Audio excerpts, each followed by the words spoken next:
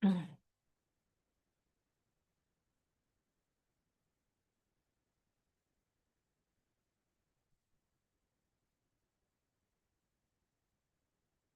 evening, and I'd like to welcome you and open our Lucan Biddulph Council meeting for Tuesday, June the 16th. I would like to acknowledge that I am an ally of Indigenous peoples. The township of Lucan Biddulph is located on the treaty and traditional territory and ancestral lands of many Indigenous peoples and is covered by several Upper Canada treaties. We honor and respect the history, languages, and culture of the diverse Indigenous peoples who call Lucan Biddulph home.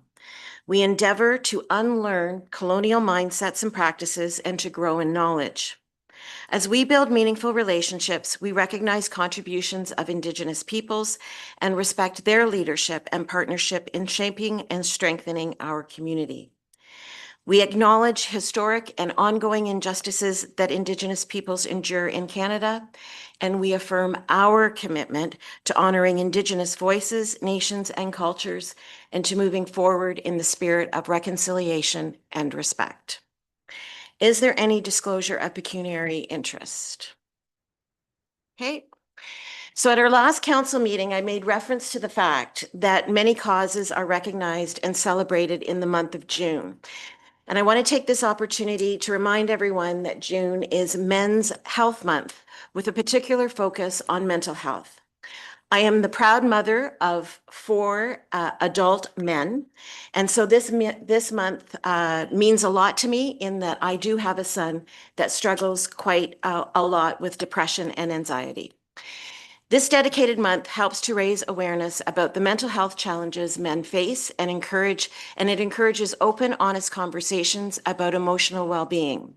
Men are often taught to be self-reliant and to suppress vulnerability, which can make it harder to seek help when struggling. As a result, mental health issues such as depression, anxiety, and stress may go unaddressed. June allows for a reminder that mental health is just such as is as important, as physical health. It encourages men to check in with themselves, support one another, and recognize that asking for help is a sign of strength, not weakness. There are many resources available, and I encourage you to familiarize yourself with them. A couple of easy accesses could be the Canadian Men's Health Foundation or CMHA Ontario. By breaking down stigma and promoting access to resources, Men's Mental Health Month helps create a culture where men feel empowered to prioritize their mental health and well-being and to get the support they deserve. June also serves as Seniors Month in Ontario. It's a dedicated time to celebrate and honor the contribution of older adults who make commitments and contribute to their communities. The annual province-wide celebration highlights the importance of staying active, connected, and independent. The theme for this year's Seniors Month is Ontario Seniors, Let's Get Moving. This theme emphasizes programs and initiatives that promote health, wellness, physical activity, and social engagement for older adults across the province. In Lucan Biddulph and across the county, there are countless opportunities for seniors to be active members of our community. This month allows us to recognize seniors in our own community who go above and beyond. And so this year, we are thrilled to recognize Helen Belanda as this year's Senior of the Year. Helen has been a guide leader and a mainstay for guiding in Lucan for many years. She is active with youth members and coordinates leaders of various levels. She is a contributor on the Scout Guide Hall Committee, and as those involved with both groups, she is recognized as the backbone of fundraising.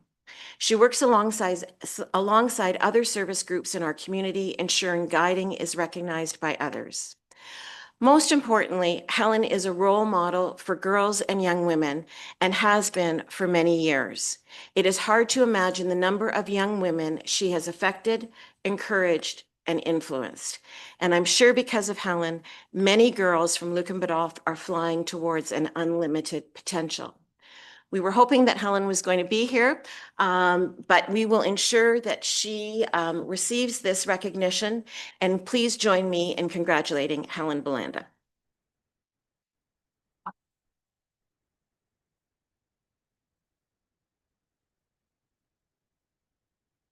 Okay. All right, we don't have any additions to the agenda. There will be a change at the end in our bylaws, but we'll address that when it comes to that time.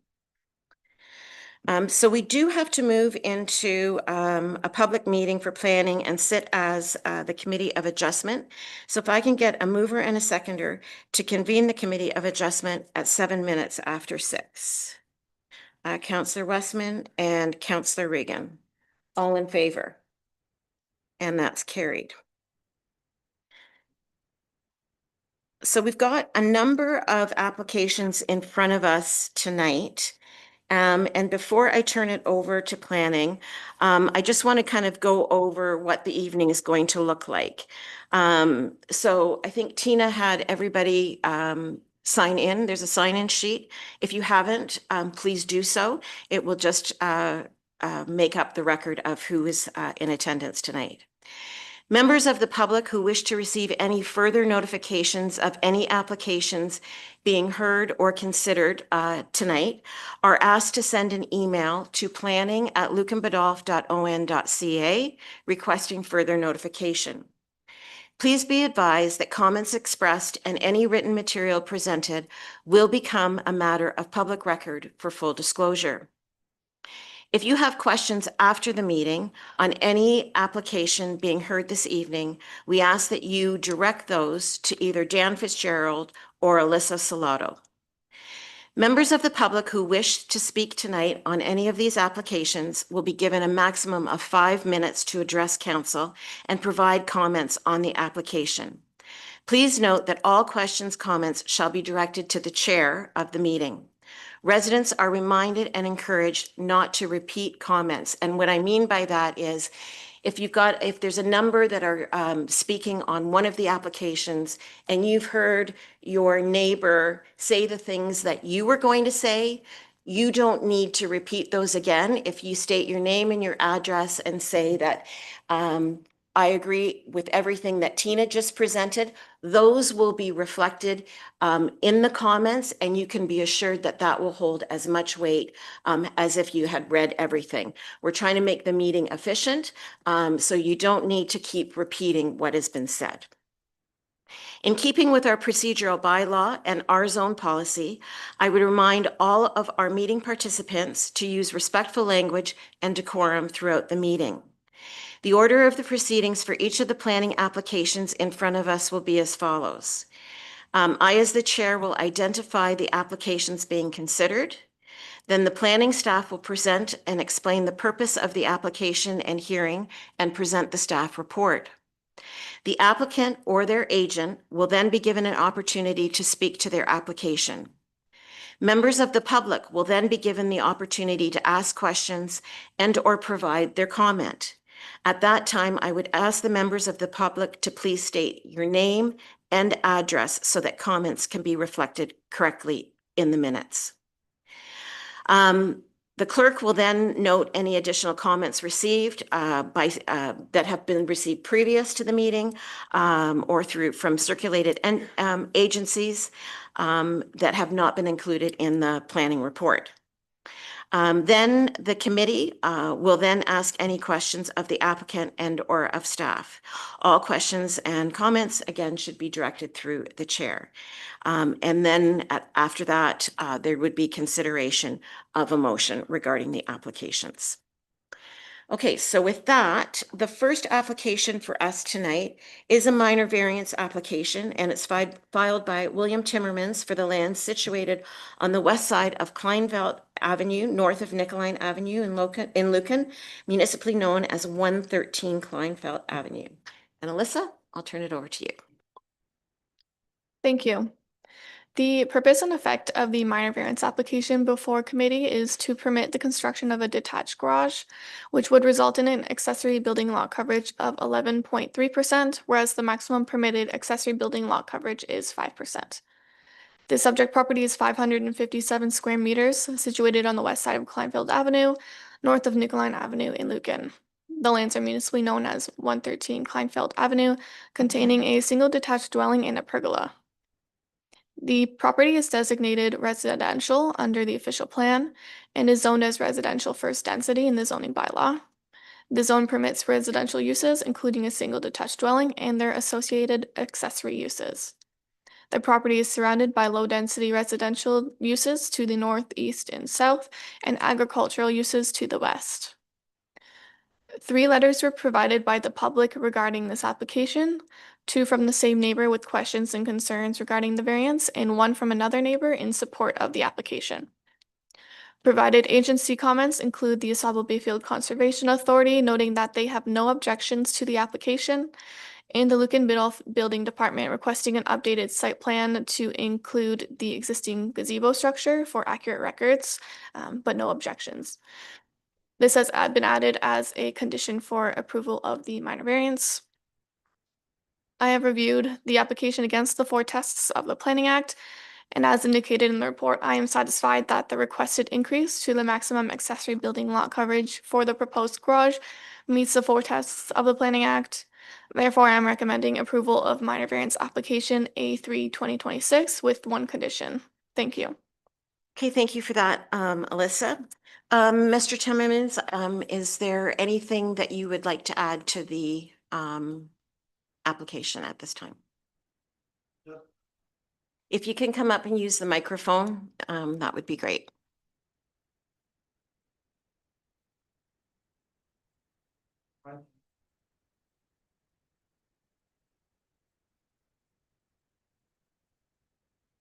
It's for a replacement of an existing garage that collapsed 2 winters ago when we got that 4-foot dump of snow overnight.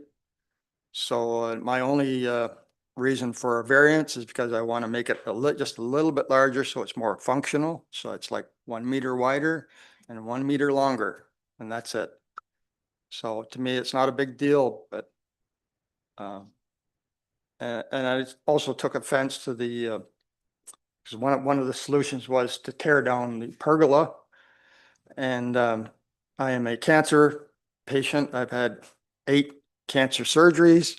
I've had 4 skin cancers on top of that, and I was strongly suggested by doctors, numerous doctors, to keep out of the sun as much as possible. So I had this pergola built, and now one of the solutions the township puts forward to me is to tear it down. That's crazy. Okay. So that's it. Appreciate that. Thank you. And at this point, I would ask if there's any members of the public that want to speak to this application. Okay, we'll go with you and then you. And if you can just come up and turn on the mic and then just state your name and address. Okay. My name is Rachel Weld. The address is 111 Kleinfeld Ave. I'm here on behalf of my parents, Sheila Jones and Vince Trudell. Sheila Jones did submit a letter, but they did want this to be on record of how they felt and what they thought. So, good evening. My name is Rachel Weld. I'm here on behalf of my parents, Sheila Jones and Vince Trudell, who own the property immediately adjacent to the Timmerman property. My parents support this application. As the neighbors most directly affected, they do not have any concerns regarding privacy, access, drainage, sightline, the general enjoyment of their property, or marketability of the property. They also do not believe that the proposed garage would negatively affect the future landowners. From my parents' perspective, the lot does not appear to be overcrowded, overbuilt, or out of character with the neighborhood. The proposed garage is consistent with what would be normally expected in a residential area such as this. For these reasons, they support this application and respectfully ask the committee to approve it.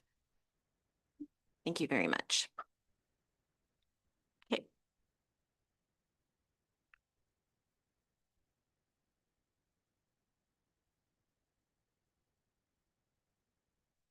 Good evening. My name is Greg Spolrich, 102 Marlene Street, Lucan.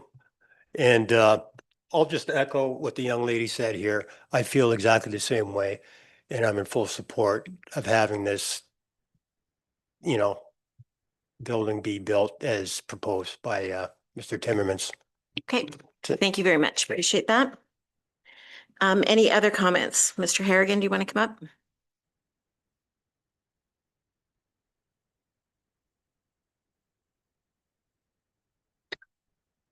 Yeah, I'm from 34112 Richmond Street. I think that it'd be just common sense that Mr. Timmermans be granted a permit for his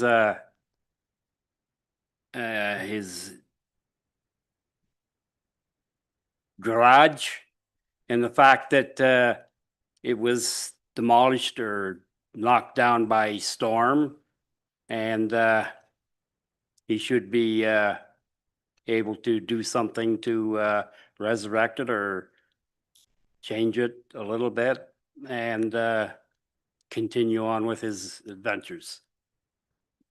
Okay, thank you for that.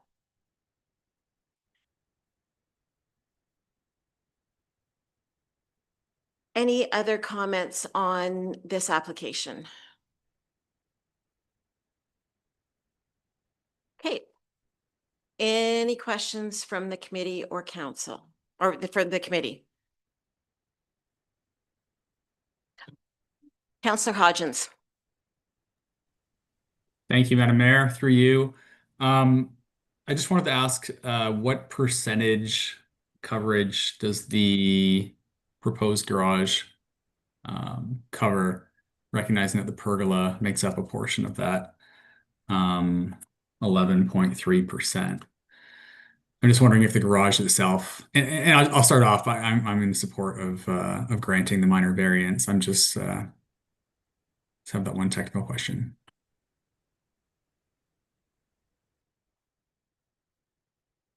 Through the chair, I might have to do more calculations on that, but as it stands with the pergola plus the proposed garage, it would exceed the 5%.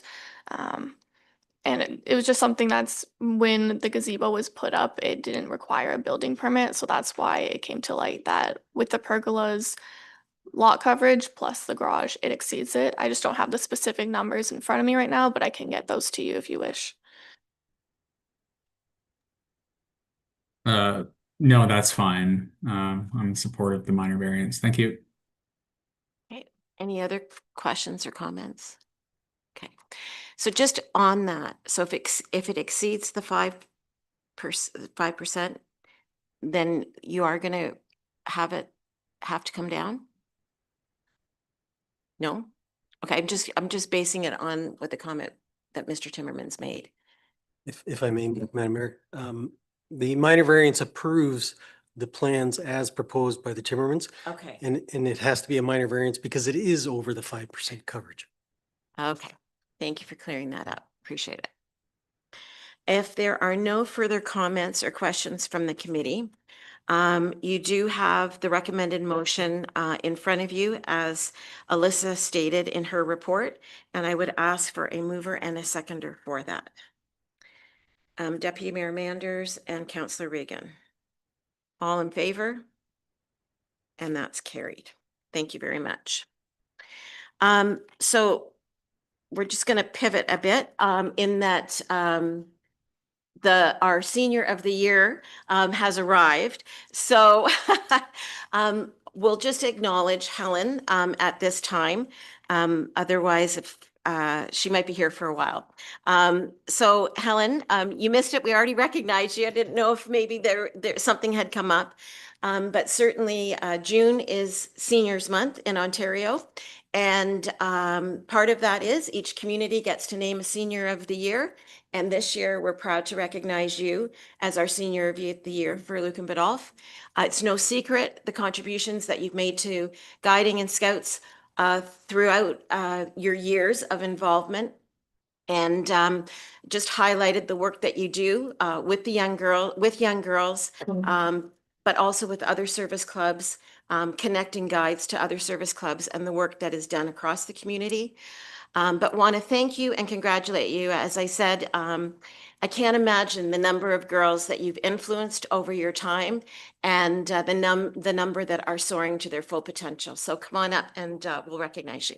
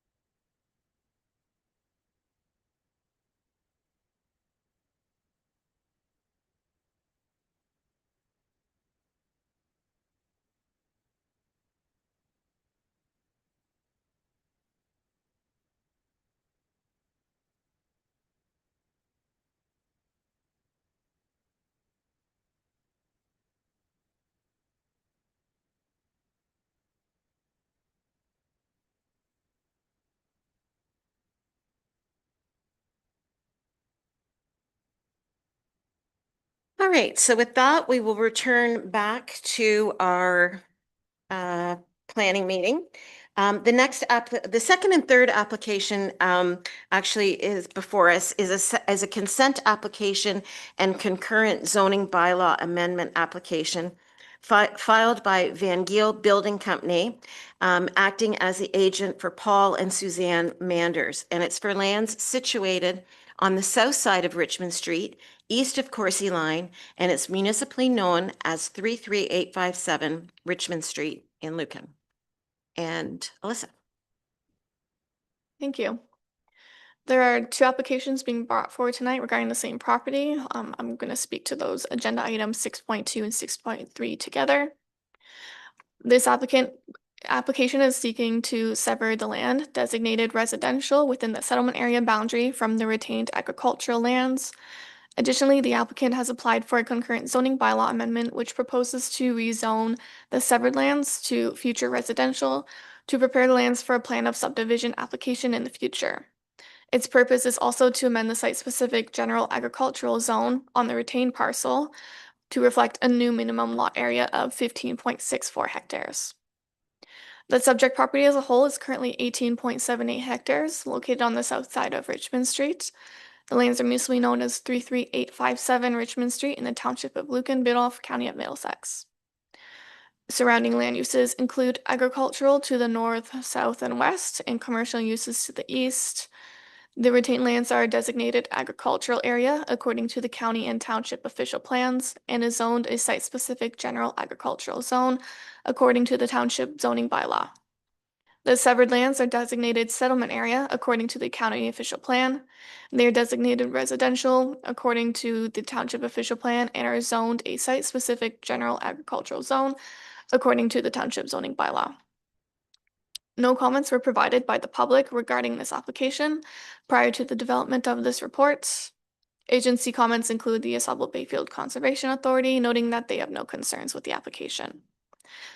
As identified in the planning report, staff are of the opinion that the proposal is consistent with the provincial planning statement and conforms with both the county and township official plans.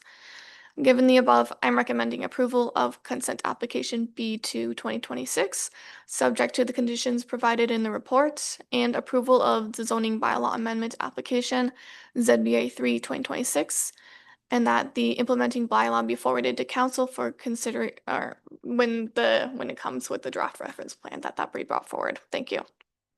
Hey, thank you, Alyssa. At this time, I'd ask the applicants if they have anything, or the agents, anything at this time. Is there any members of the public that wanted to speak to this? All right, I will turn to the committee and ask if there's any questions or comments on this application in front of us. Council or Deputy Mayor Manders.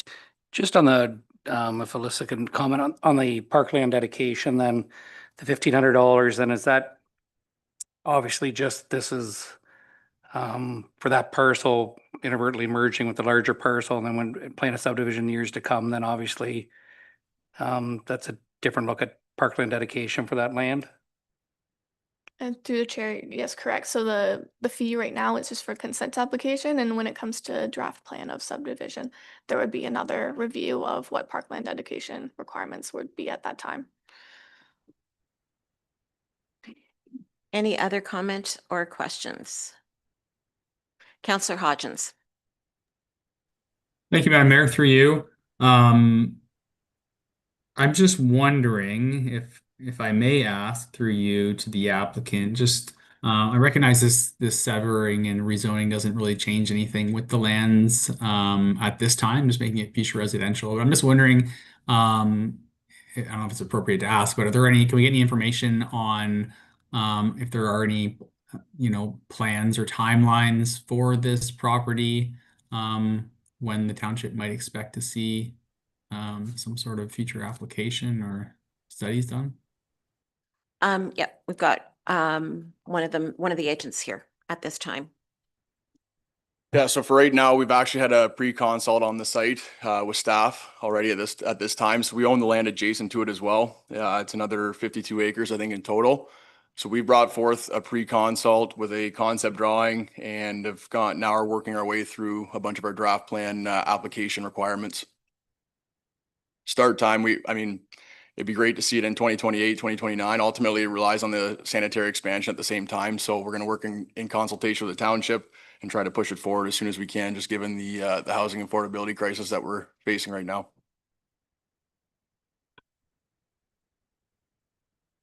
Is that good, Councillor? That's great. Thank you very much. Okay. Any other comments or questions? Okay, with that, you do have the recommended motion as Alyssa laid out. And I just will let anybody that's watching, there are 9 conditions associated with the motion, and you can find those conditions and the whole wording of the motion in the agenda package if you're interested. So with that, I would ask for a mover and a seconder for the motion that's in front of us. Councillor Westman and Councillor Hodgins. All in favor? And that's carried. Thank you very much.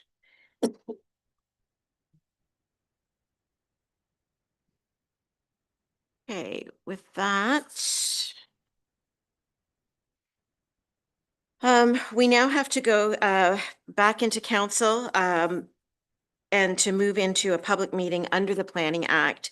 And so I need a mover and a seconder to adjourn our committee of adjustment at 6:29 to do just that, please. Councillor Regan and Deputy Mayor Manders. All in favor? And that's carried. So then in front of us is, as Alyssa said, the zoning bylaw amendment application that went in hand with the previous application. I don't think there's anything else that Alyssa needs to add, but I would ask again if there's any comments from the committee. Questions? With that, seeing none, you have the recommended motion that goes along for the zoning bylaw amendment application. A mover and a seconder for that, please. Deputy Mayor Manders and Councillor Hodgins. All in favor? And that's carried. The fourth application before us tonight is a zoning bylaw amendment application, along with an official plan amendment application, and it's filed by Civic Planning and Design, Inc., and it's acting as the agent for Fari Holdings for lands situated on the north side of Richmond Street, east of the intersection at Richmond Street and Saintsbury Line, and it's municipally known as 33400 Richmond Street. Alyssa. Thank you. Agenda item 6.4 addresses a zoning bylaw amendment and official plan amendment together for the property at 33400 Richmond Street. The purpose of this report is to provide council with a recommendation regarding the proposed applications. The purpose of the official plan amendment is to redesignate the lands from the highway commercial designation to a highway commercial special policy area designation to permit the addition of residential uses in the form of apartment dwellings. The purpose of the zoning bylaw amendment application is to change the zoning of the subject lands to a compound zone to maintain the existing site-specific highway commercial zone with a site-specific residential third density zone. The cumulative effect of both applications is to allow for the development of the proposed 5-story mixed-use apartment building. The subject lands are approximately 0.46 hectares in area with frontage on a Richmond Street, east of the intersection at Richmond Street and Sainsbury line. The lands are currently vacant of any structures. Lands are surrounded by single detached dwellings to the north and highway commercial uses to the east, south, and west. The lands are designated settlement area in the Middlesex County official plan and split designated highway commercial and residential in the Township of Lucan Biddulph official plan and zoned highway commercial exception zone C2-3 in the Township of Lucan Biddulph comprehensive zoning bylaw. A submission package containing various studies and reports was provided to support the application. These have been included as attachments to the report on the online agenda, as well as any comments received from the public. Attachments include a planning rationale report, a shadow study, archaeological assessments, environmental site assessments, market impact assessment, traffic impact study, functional servicing report, and an architectural design package. 4 letters from the public were received regarding their opposition to the applications, 2 being from the original public meeting in March 2025.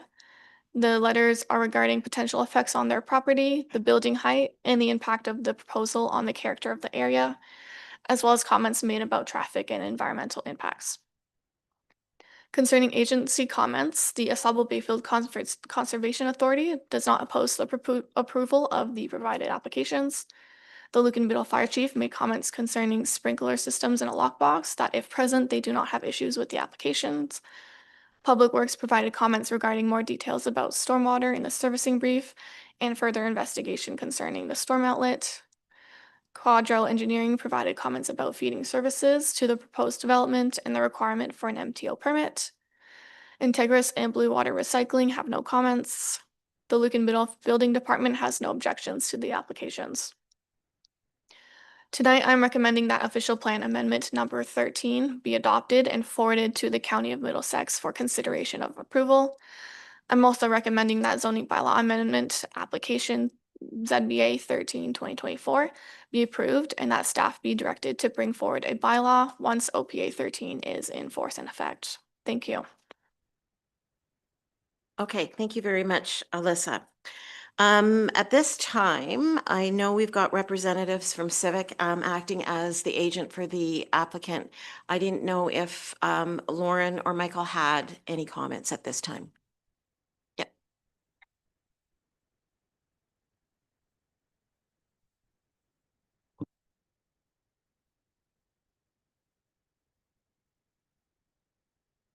Good evening, Madam Chair, members of council. My name is Lauren Suley, and I'm a planner with Civic Planning and Design, Inc.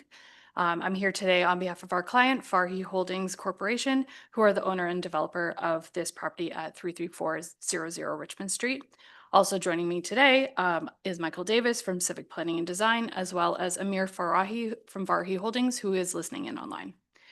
I would just like to start by thanking staff for their work on this project and for their presentation this evening. We are in full support of their recommendation. I won't take too long. I just want to take a little bit of time to kind of expand on the changes that have happened on this building since it came to the previous public meeting back in March 2025. Excuse me. In response to the public feedback and ongoing discussions with staff, the project team did make changes to the concept in order to address concerns about height and parking. Overall, in order to address these changes, the total number of dwelling units was reduced from 58 to 54 units. Concerns around height were addressed through the removal of the 5th story on the north wing of the building. And through the reduction of the dwelling units, parking concerns were addressed as the parking ratios were increased from 1.27 to 1.35 spaces per unit. And this ratio now exceeds the township's parking requirements for apartment buildings in the residential third density zone. Additionally, an additional parking space was also allocated for visitors parking use. So that brings the total visitors parking spaces from 5 to 6. And now that also meets the township's visitors parking requirements for apartment buildings. And then finally, we also introduced a larger rear yard setback as part of the zoning provisions to provide greater certainty on built form at the rear of the site.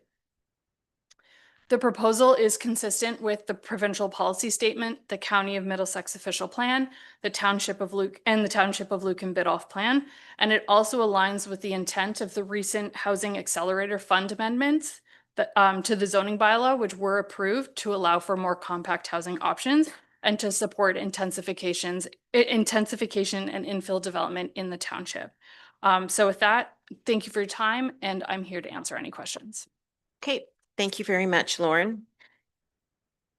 At this time, I would ask if any members of the public have any comments or questions.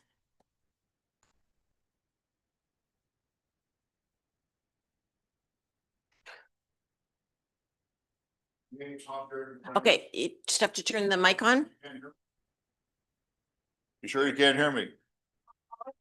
Our audience online wouldn't be able to hear you, so. I live at 147 Spencer Avenue, right behind the apartment building. Now, I've seen the map of it. We're gonna live in perpetual shade all year. Because right behind our house, the walkway's right beside our house, which nobody clears the weeds away, by the way, Jeff. So my concern is this. I didn't buy the house to live in a dungeon. I want sunshine, fresh air. This building, besides being ugly, there's no real spaces to park. The gas station is right beside it. Tim Hortons is right across from it. So like, I mean, are property values going to go down or are they going to go up? Because if they're going up, I'm all in favor for this building. Of course they're going down. Who's going to compensate us for when we finally decide to sell? Anybody? Mr. Fari? Of course not. And he's using this excuse to build houses because the government mandate is build, build, build because we need buildings. Nobody can afford the price of these damn buildings. You see the north end, the south end, most of them are all empty because of that reason. We can't afford it. Build affordable houses? We'll see. But I don't care what he builds, build anything but an apartment building. That's five stories high. Can you imagine how high that is? I get a sore neck looking at it. Anyway, that's all I got to say. People told me this is a waste of time. We'll see what happens. Okay, thank you.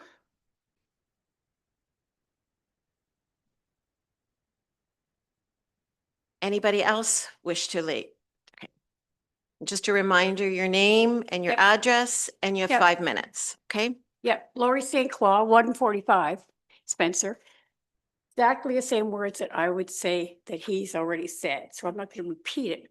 But depreciation on my home, you're gonna lower my taxes because now I have a walkway. I'm right beside him. There's gonna be continuous people coming into our little neighborhood. I don't know what else to say. No shade, no sun, only shade. 5 stories. I moved here for quiet. Think about the little person, not the rich.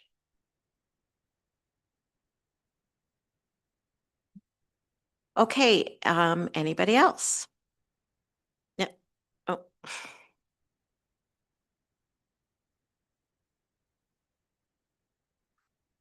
My name is Tricia Kranz. I live at 147 Spencer. Hans is my husband. I had written a letter that was addressed to all the council members as well as the mayor and the planning department. And it sets out just about all of our concerns that we had with this building going up. And that's the one that is signed, the residents of Spencer Ave? Yep. That's the one you're speaking about? Okay, Yep. thank you. Yep, it is.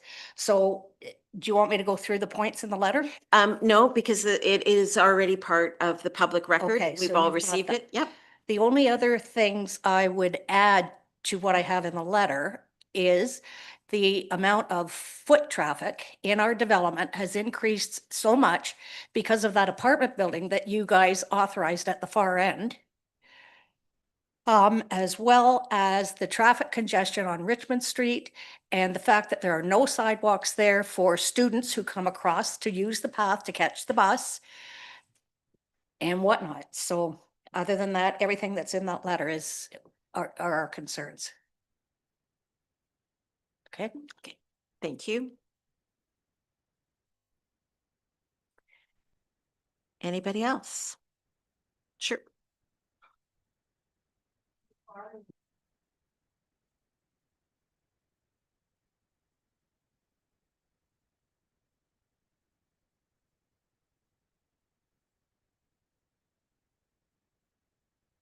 My name is George Boa. I live at 127 Spencer Avenue.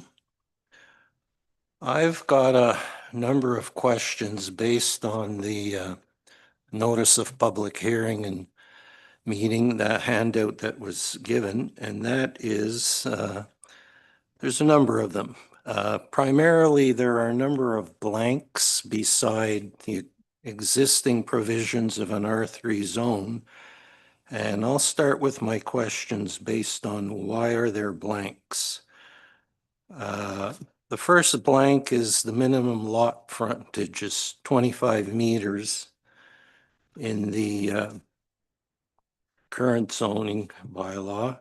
Why is it blank? What's going to be proposed? The blanks mean it's all going to stay the same, or is there going to be proposals for different items? I guess you've got 5 minutes, so I wonder if you just go through everything and then Okay. planning can address everything. Sure. Okay? Yep. Again, the blanks are there. I'll just address the last blank that's there. And that is with respect to the sanitary sewer system. What did the sanitary sewer system assume as the flows coming off this site? Obviously, they would not have imagined that many units based on the zoning at the time. And how would that affect the overall sanitary sewer system? What I'm basically saying is there are a number of questions that need to have some sort of answer before this is even considered. Another primary question is, the two plans that I've seen show the existing walkway from Spencer Avenue between 147 and 146, not continuing to Richmond. In fact, the plan being shown in the traffic impact study shows parking spaces directly that walkway would butt up to. Again, why wasn't there a continuous walkway shown down to Richmond Street, which I think, according to the expression, everybody and my brother was expecting to have that walkway, if that property is developed, extended to Richmond. It's not being shown anywhere.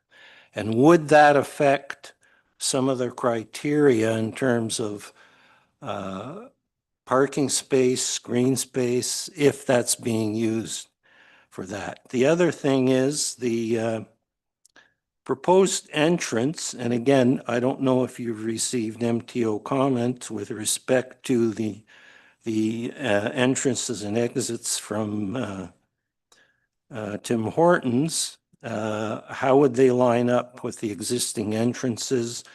Would there have a need for a dedicated turning lane along there? And what about a future sidewalk along there to link up all those properties in the two apartment buildings? Again, we have questions that are not being addressed or not being thought of at this point that should be asked before any decision to proceed goes ahead. I hate to be in the position where another appeal to the land tribunal has to occur because of this. The maximum height for this new R314 zone is proposed at 18 meters, far exceeding anything in Lucan currently. And this is a new site-specific zone at 18 meters in the height would contradict the intent of the official plan to maintain the small town, I guess, character of Lucan. Okay, I'll just let you know you've got a minute left. That's what I'm trying to figure out. What's the last thing to do here? Again, we don't have a planning report. Obviously, we don't have one which would address the final site plan and whether it would be recommended or not. But perhaps there might be an indication based on previous recommendations where apartment buildings were backing onto existing residential, which were not recommended by planning. So it would be very interesting to see what a planning report in this case would recommend based on the impact of existing buildings in terms of shadow, in terms of traffic, in terms of all those factors. Okay, thank you. Alyssa, are you going to tackle the questions? Thank you. So just to start, I wrote down some of your questions here. So the first question was about the blanks in the zoning chart. If there was a blank on the right-hand column, that meant that there's no site-specific provisions being requested as part of this proposal. That means they meet what the parameter is currently. So if, for example, if there is a number in there, such as I believe you mentioned the minimum lot frontage 25 meters, if there's no differentiation because of the proposal, then that side is left blank. So only site-specific provisions being requested through this application are provided on the right-hand column.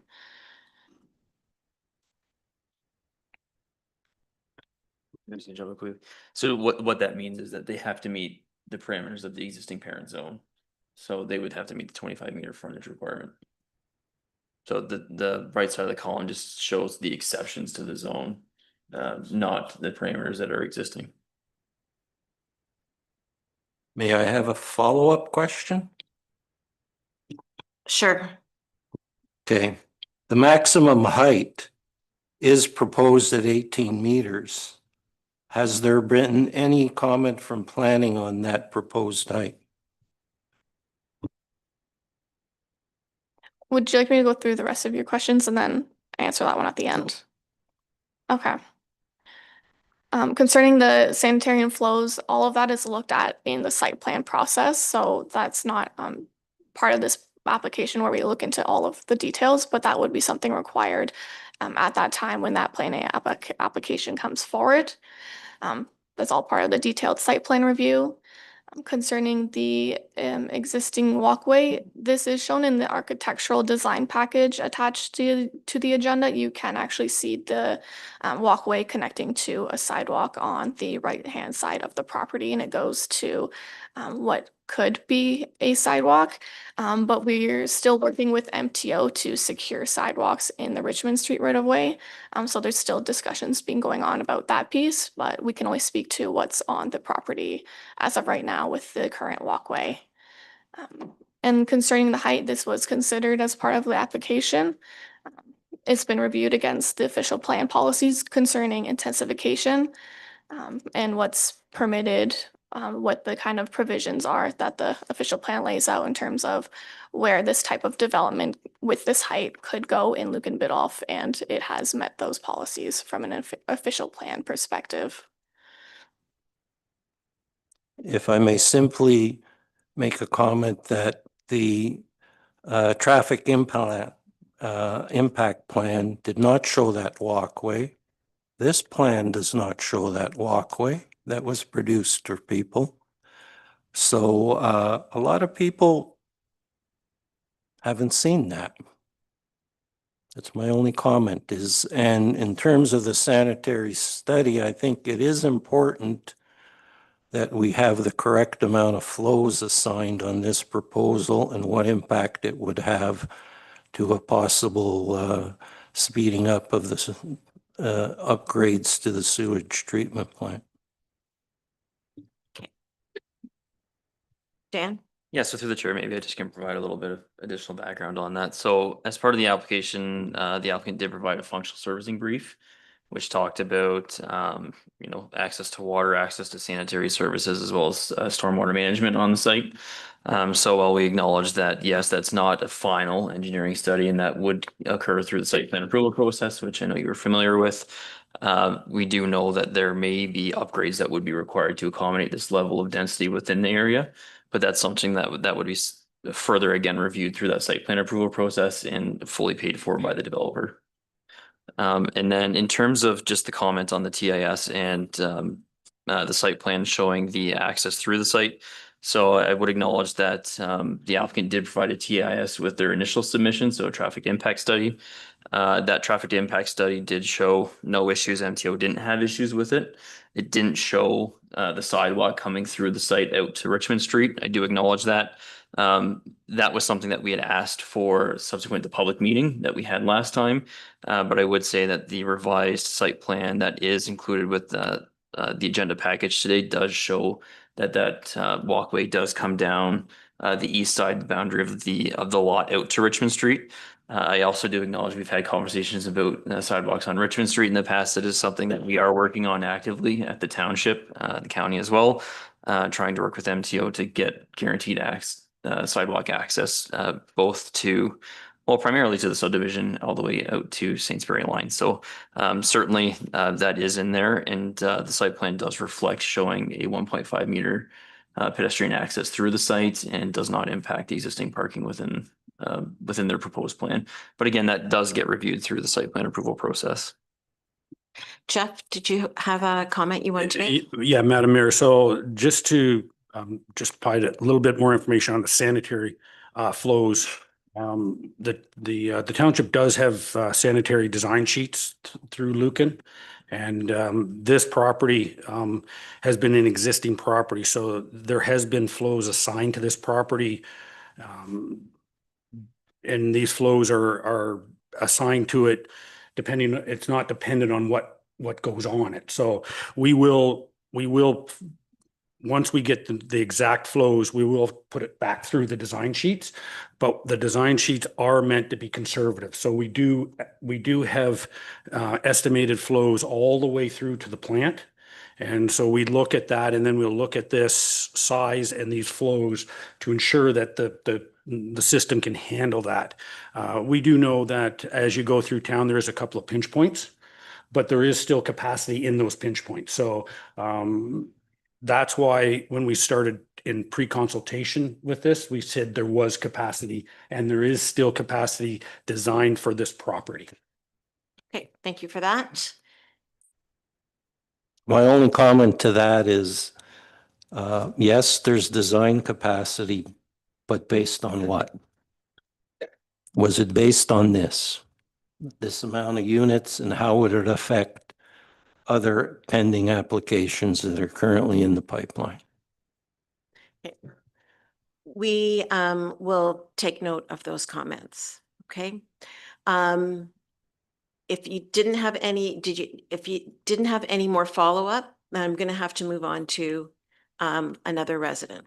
And certainly. 5 minutes are up. Yeah, I know, I know. And Mr. Boa, please, also, like, you can still submit written comments too. Yeah. Okay.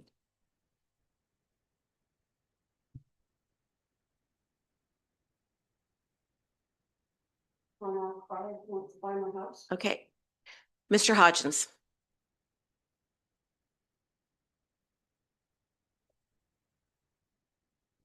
Paul Hodgins, 34425 Richmond Street, and thank you, council, for the right to speak. Just listening to the comments here tonight, one of them just picked up, and I believe it was the planner that said this, and probably my question could be answered by the public works manager. Stormwater management. Yes, I do know that there was a septic sewer trunk ran out Highway 4 some years ago. I remember seeing that done. If stormwater management and if it doesn't come, and I don't believe, and he'll correct me if I'm wrong, doesn't come past the intersection. If it doesn't come, is the developer responsible for the cost of extending the stormwater drain to the corner? And is he responsible and not the ratepayers is all I'm concerned about. Okay, yeah, Jeff? Yeah, and through, that's the concern I've had with this property is the storm outlet. Right from the pre-consultation, that has been my comment to determine where the storm water is going to go from this property. And it is up to the owner, the developer of this property to secure that outlet. And at this point, I know we're not into site plan approvals or reviews. So I'm still looking for that information to be supplied to the township on a storm outlet for this property. Thank you. I'm good. No, I'm good. That was it.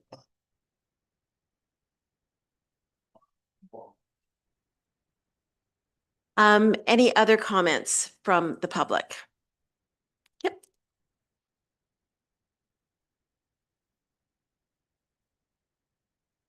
My name is Jeanette Boa. I'm at 127 Spencer, George's wife.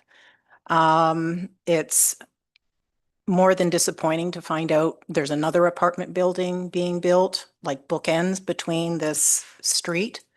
We had issues with the first one that ended up being 4 stories. Now this one's going to even be higher. We have been affected by that building that was built. I have no idea what's going to happen once this one gets built from traffic. I'm going to just ditto what the other people have said about shade. We have already been affected by light from that apartment building as well. And when we bought our home, we had no idea this was going to happen. If we knew, we would never have bought. And reiterating what they said, it will obviously affect our home as well, as far as selling. So I'm surprised that this is even being a consideration. Okay. Thank you. Okay, thank you. I would respectfully ask that no comments be directed from the gallery like that, please. Thank you. Any other comments from the gallery? Public comments? Yep, come on up.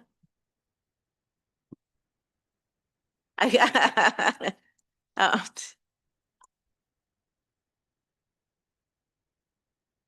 I just need your name and your address, and Ron will come turn the, oh, there, you got the mic on. Okay, my name is Tricia Kranz and I'm at 147 Spencer. I just like to question, how many more vacant apartment buildings are you guys going to allow to be built in this town? There's so many vacancies, it's unreal. And is there really a need for it? I doubt it. Well, we can't speak to somebody else's business plan. And we know the direction that the province is going, so. But you control what happens in this town.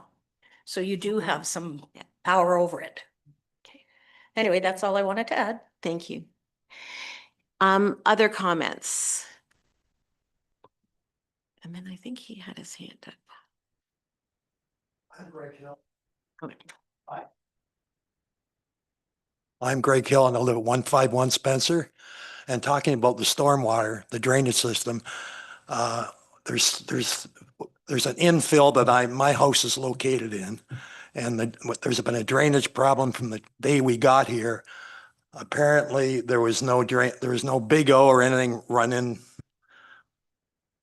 that ran to the rear of my property. And Jeff Little knows about this. We've had conversations with him, and I'm wondering where the stormwater from this new building is going to go. Is it going to affect my property?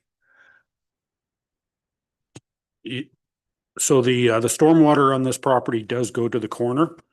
It's designed, the overall drainage slope of this property is supposed to go to the corner, not back towards Spencer. And it will be up to the developer to find that outlet to the corner or to find an outlet to the storm, but it will not be going back towards Spencer. But Mr. Little, you said you were going to take care of the drainage problem on our property. Never happened. You said you were going to join into this new McEwen, whatever, this gas station and car wash. And that never happened. I've never heard from you since. So do I trust what you're telling me on this new building? I have questions. Okay. Please answer them. Well, I think he has answered the question. Sure, okay. Okay, thanks. Any other comments? Well, just I'll come back to you, Mr. Boa, and I'm really giving you a leash if I ask you to come back. So I ask you to respect that. But is there any other comments from, did I see your hand up earlier? Or, okay. Okay. Okay, all right, thanks. All right, any other questions or comments? All right, I'll let you come up, Mr. Boa, but please keep it succinct.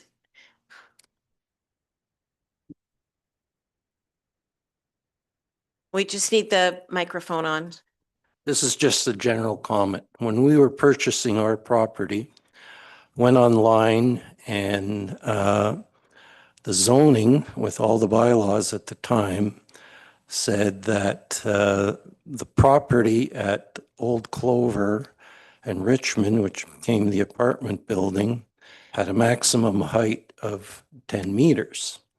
What we were not aware of is that in 2017, that height was amended to 12 meters because it was not listed as one of the bylaws. And I don't believe it's still listed as one of the bylaws. And again, that's on us for not actually going and checking that, but. So with respect, Mr. Boa, that's not the property that we're discussing tonight. We're But- discussing. But again, when at some point will future residents of Lucan learn what the zoning is on this property? If they're interested in buying a property in Lucan, would it be listed on the website? Thank you for those comments. Okay, one last call out to the public for comments on this. Do I turn that mic off?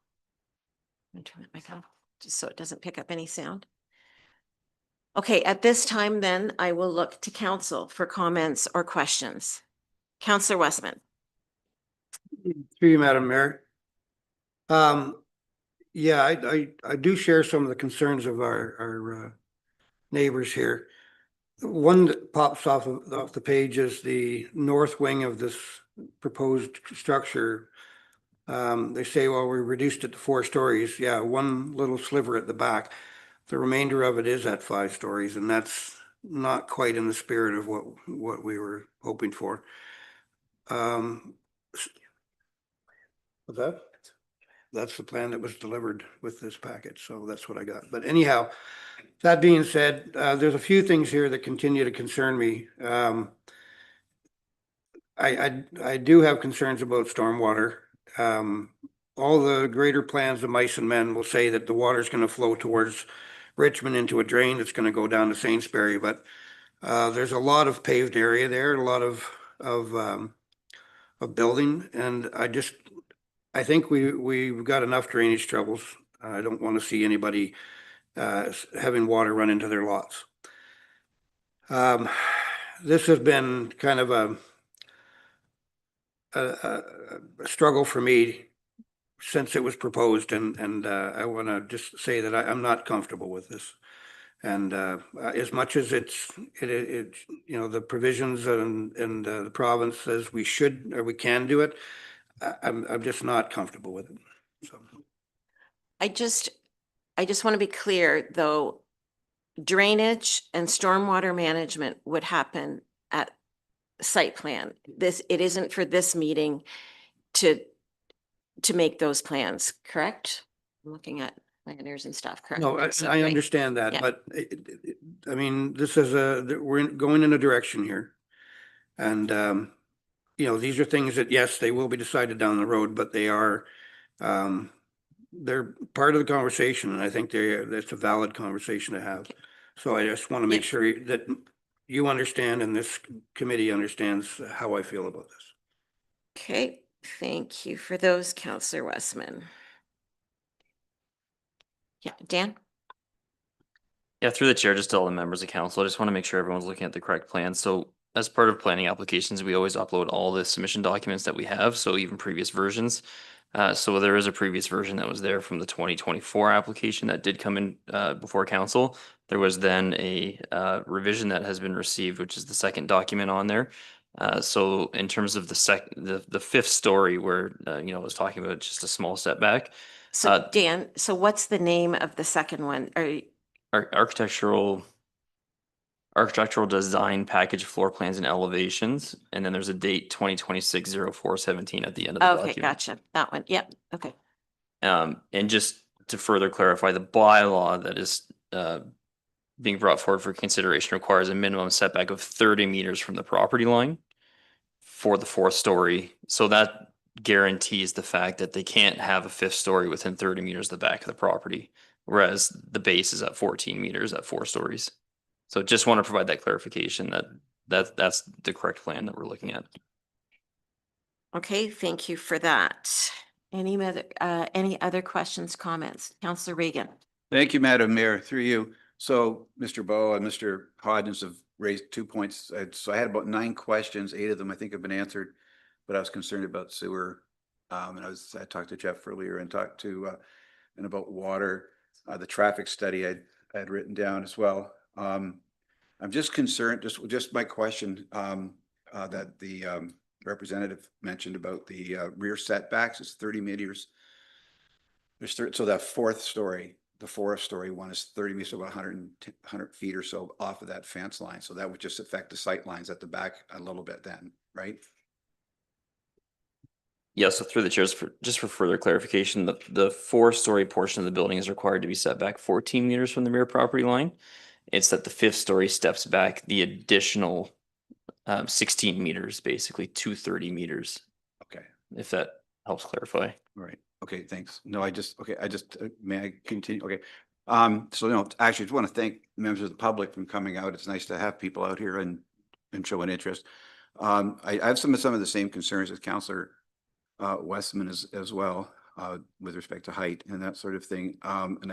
And my one question I would have, and I'm not sure, maybe I'll direct it to Alyssa or Dan, is my understanding that property has always been the property has always been commercial and residential. It's always been that way, right? That's how it's been designated in the official plan, if I'm understanding it correctly. And what I'm wondering is the need for the bylaw. Just that confuses me. So if it's already designed to say we can have residential there, and everybody you should know that. I mean, to Mr. Bowe's point, people, you got to research before you buy, I guess. But my question would be, like, it's always been like that. And I'm just wondering the reason that we would need to put that bylaw in there. Or Alyssa or Dan doesn't. Yeah, thanks. Through the chair, you are correct. This property is split designated, both highway commercial and residential. So that's the official plan is the policy document that speaks to those uses. In terms of the zoning itself, right now it's currently only the highway commercial, but it has the policy from the official plan to support residential uses. So in this case, the bylaw is to permit some of the site-specific provisions, such as the height, as well as permitting those apartment uses in the bylaw.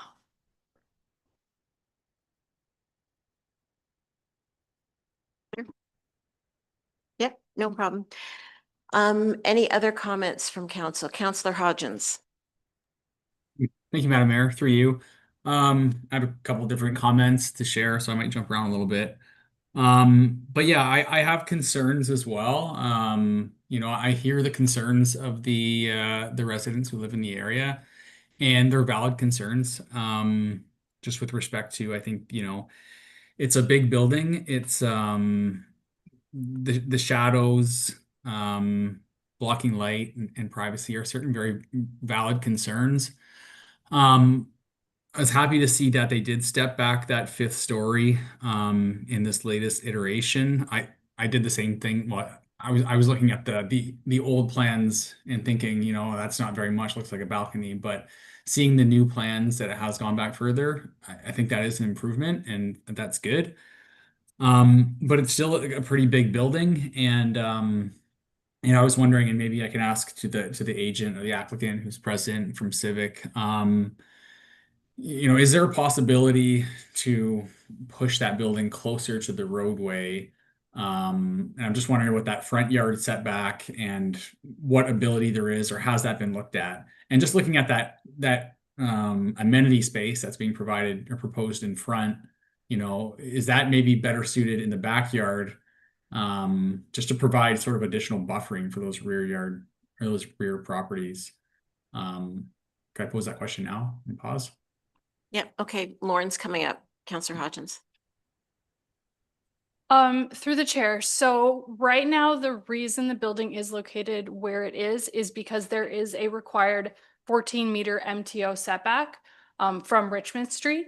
So if that setback was no longer required in the future, then the applicant would consider moving the building closer to Richmond Street, which would then create more separation in behind. And yes, the amenity area would kind of be moved back into the back. Unfortunately, we are limited with that required setback. And so the building has been moved as close to Richmond Street as possible with that 14-meter setback requirement. Okay. Thank you for that. And just kind of going further to my comments earlier, you know, I'm thinking about opportunities for just providing more buffering. I think, you know, ideally having some large trees planted back there to provide some sort of, you know, buffer essentially would be great. Looking at the architectural plans, it looks like there's not a whole lot of green space being provided, but I'm not sure. You know, I hope that through the site plan application stage and maybe the more detailed design for the building, you know, some of those opportunities could be found for that. I want to thank Alyssa because I did have a bunch of other questions that she did answer previously. But one last thing Did I you, wanted to, yep. Councillor Hodgins, did you want to highlight any of those questions just so the public might be aware? Just Sure, yeah. So just with the new gas station and car wash being constructed there, I did have some concerns about noise and compatibility just between, you know, we're going from highway commercial to now putting residential in there. But I understand there's well, maybe Alyssa can touch on it, just speaking to the car wash and the noise that the car wash might generate and how that's going to be addressed between this new building and the car wash that's being built. Yeah, so through the chair, if it's okay, I'll jump in and address that. So as part of the McEwen gas station redevelopment, they were required to produce a noise study based on what the proposed uses were on site, drive-through uses in the car wash facility. So we did get a detailed noise assessment and analysis that was provided through that particular development, and there are certain mitigation measures that are included within that specific car wash use. Part of that on site, as I'm sure a lot of the residents here know, is the requirement for noise walls around the site. So what we would look at through the detailed site plan review design process for this particular building, if approved, would also be a situation where we would be asking for a noise mitigation assessment to make sure that they are able to meet the appropriate noise levels as required by the MECP.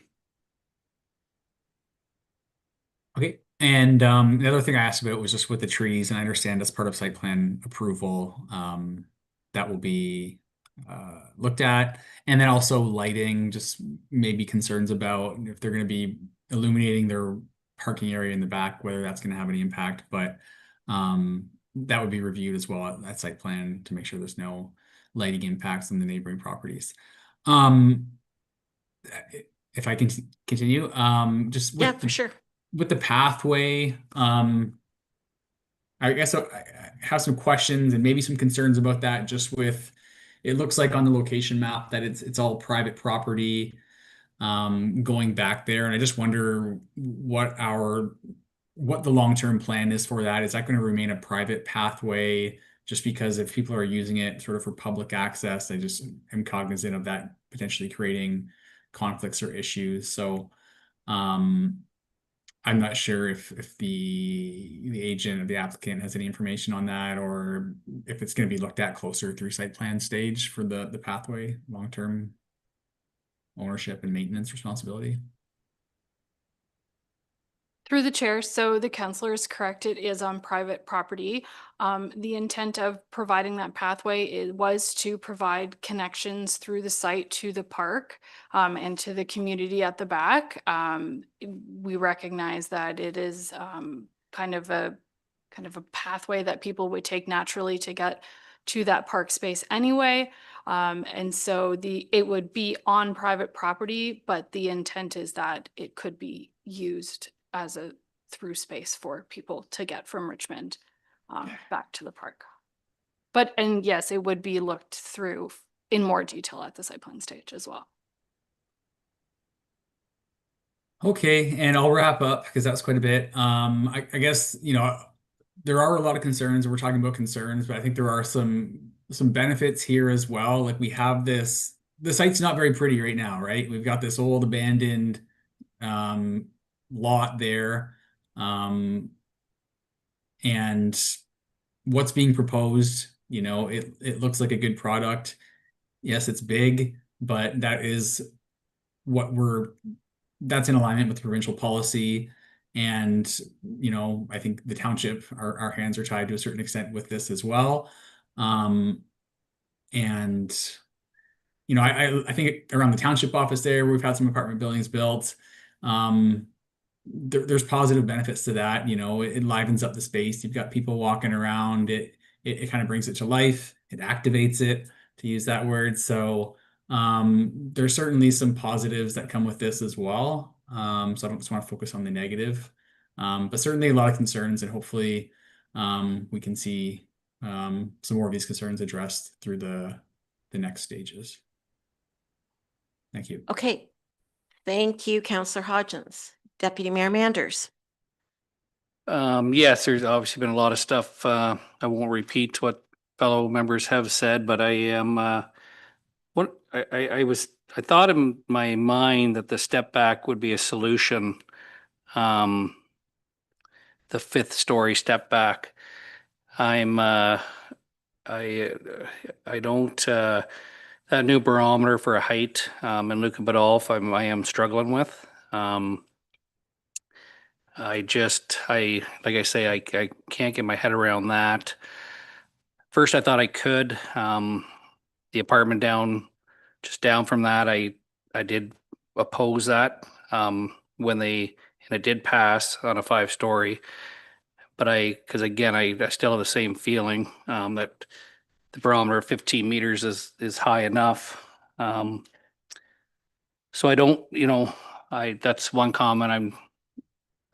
I'll wait for the mayor to comment too, but a lot of stuff goes on at site plan, and I understand that because obviously we don't know what passes and what gets approved. So there's a lot of work behind the scenes.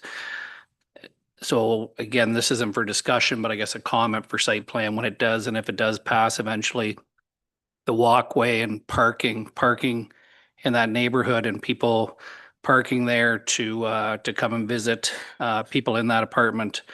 I'm not sure what tools there is in the toolbox, whether there be parking cards for the neighbors or restricted parking and how that looks. But I just wanted to make that comment for site plan because that's a concern of mine, that walkway. Yeah, I mean, everything else, I guess the one comment on sidewalks at the front, we've been working with MTO and discussing sidewalks regardless of this proposal. And MTO is very difficult to deal with, very difficult. And we do have a letter from them explaining their position on that area and sidewalks, which you'll find incredible if you take the time to read it. But that was just a couple meetings ago. So that's all I got for now. I'll let Madam Mayor comment, and then I've maybe got a suggestion. Okay, thank you for that. So certainly I would echo Councillor Regan's comments on thank you for participating in this.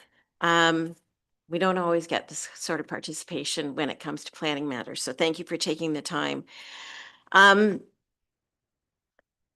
So there's no question, what's in front of us is the highest building that could potentially be built in Lucan. And I guess I'm looking at our planners for maybe some definition on our height and high density. And I know that we've just gone through an official plan amendment where we changed language in the official plan to speak to density and where high density belongs. And I know it doesn't necessarily speak directly to height, but it speaks to high density. So if you could just walk me through the official plan and where high density belongs in Lucan Biddulph. Thank you. So in terms of where height belongs, considering the official plan in through OPA 10, it does not specify height limits in terms of X amount of meters, but it does provide criteria.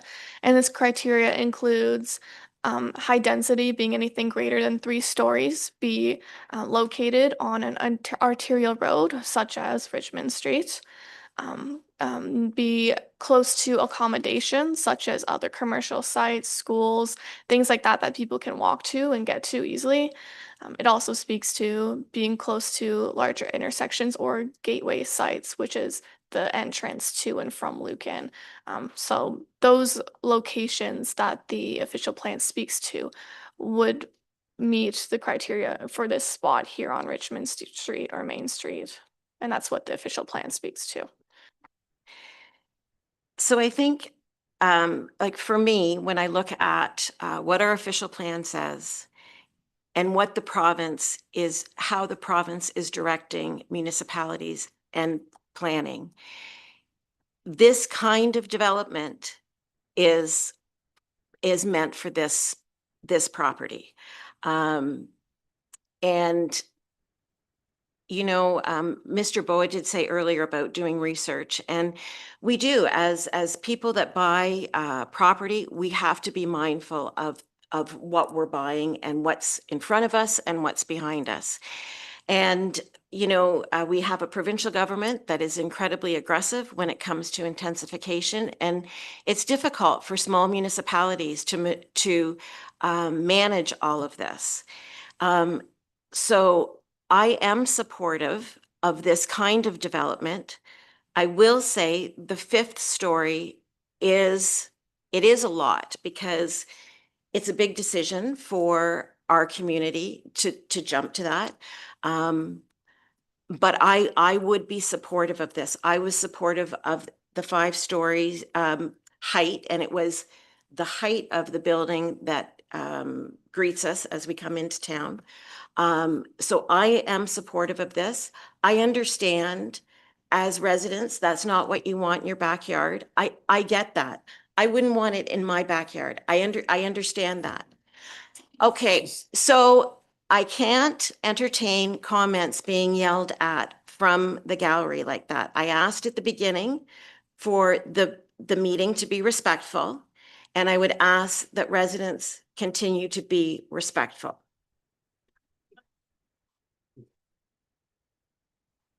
Wow. So anyways, I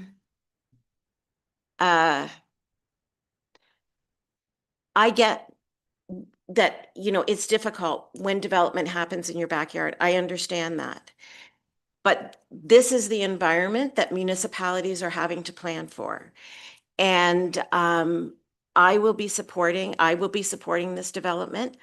I do trust our planning staff, excuse me, all of our staff, our planning staff, our public works staff to properly manage site plan so that the concerns of noise, of light, of everything like that can be designed appropriately. So that's where I'm at. I know the deputy mayor said he would have some further comments. I guess before I turn it back to the deputy mayor, just on the and I guess I could look further, but the commercial end of the main floor of the building, is the whole main floor meant to be commercial units? Like I know the building beside us has one commercial tenant, and then other and I don't mean to compare the building to another one, but just for reference, the building by this building has one commercial tenant, and then the other amenities would be in the lobby. And I'm just wondering what you envision as that main floor commercial to be. Thank you. So for the commercial component, it is currently proposed as a 930 square foot unit. So it would be a single unit that would typically house like a convenience commercial use or a small office, that sort of a use. The remainder of the ground floor is amenity uses and other kind of lobby uses for the residents. And then the back kind of northern portion is actually parking. So there is actually no first floor at the back of the building. It is kind of cantilevered, so to speak, over the parking area. And that's obviously just kind of to address the concerns earlier about the parking ratio and trying to bring as much parking in as possible. Okay. Any other comments from council? Deputy Mayor, did you want to say something? Yeah, I guess, when we have something controversial like this, it's now that the provincial government has taken away third-party appeals. I agree with George, like ideally, now it's either, if we push and deny this, then obviously the applicant can go to the land tribunal, and then we use the taxpayers' money to defend maybe something that's not defendable. So it's hard because now, our decision, again, where before third parties could appeal. So it is a bigger decision today, because before, if the public didn't agree with us, at least they could appeal it. And now they can't. They've taken that right away, and I don't like that.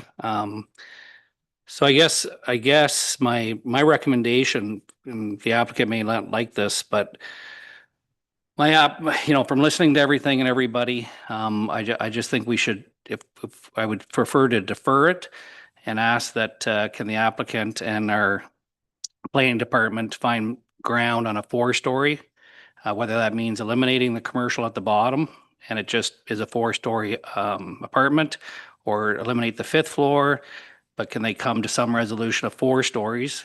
And we defer that. Obviously, if they can't come to a resolution on that and it comes back as is, then the applicant will see the council's vote. You've heard council. You'll hear the vote, and it'll be what it is that day. So that's going to be my recommendation, is to. Did you want to make that a motion? I do. Second. Okay. So can you just, did you capture that, Tina, or can you Reader's Digest it? You want to defer it? I'd like and to, have a- I'd like to defer it, send it back to staff and the applicant to see if there can be some common ground on it being 4 stories high, and see what that can look like, whether that's eliminating the commercial or not on the bottom floor, but maintaining the 4 stories. And if they can, and if they can't, then obviously we'll see where things sit at that vote. Thank you.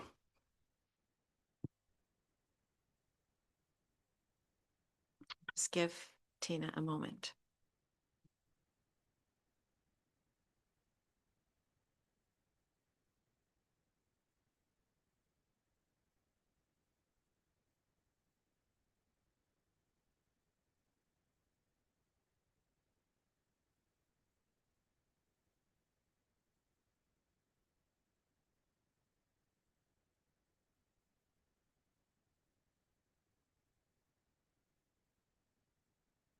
We're just doing some wordsmithing here. That's what the delay is.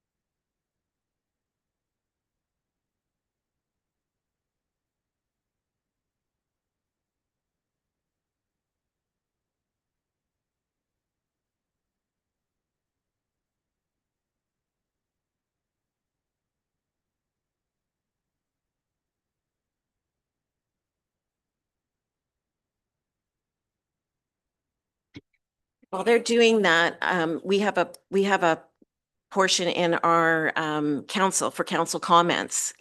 And I imagine after the planning meeting, you guys will all leave and won't stay for the rest of our planning meeting.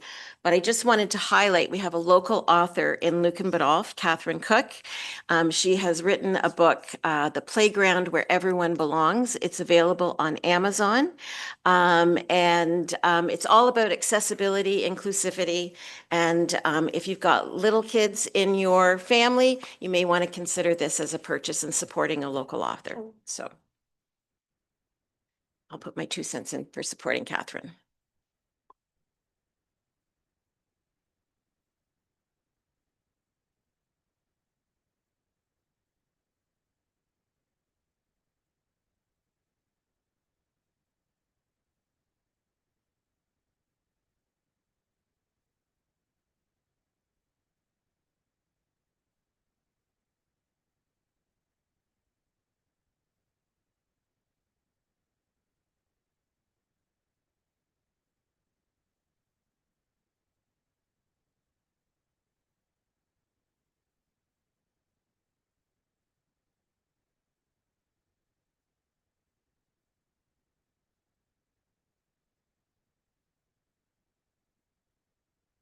All right, Tina, do you want to read that? Yeah.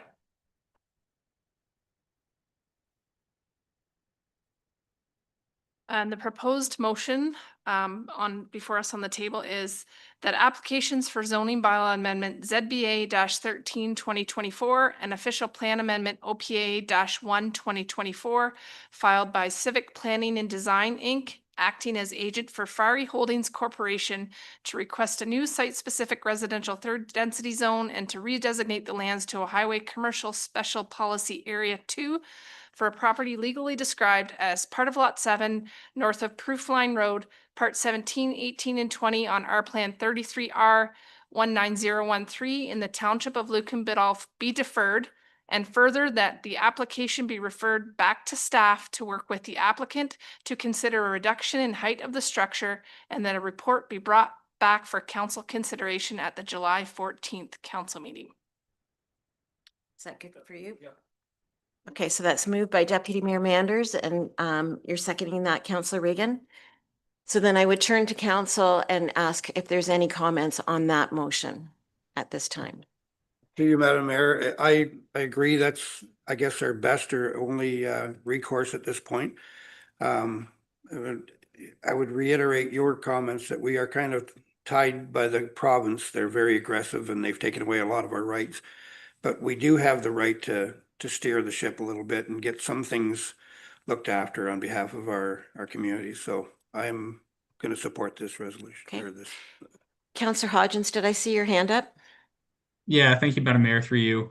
I'm just wondering if I can, put a question to the applicant's agent. Just, I'm sure they've had discussions about this, and I'd just like to maybe, if we can get sort of a preliminary opinion from them on the height and what works for them, what doesn't work, and how just kind of any comments they can provide at this stage.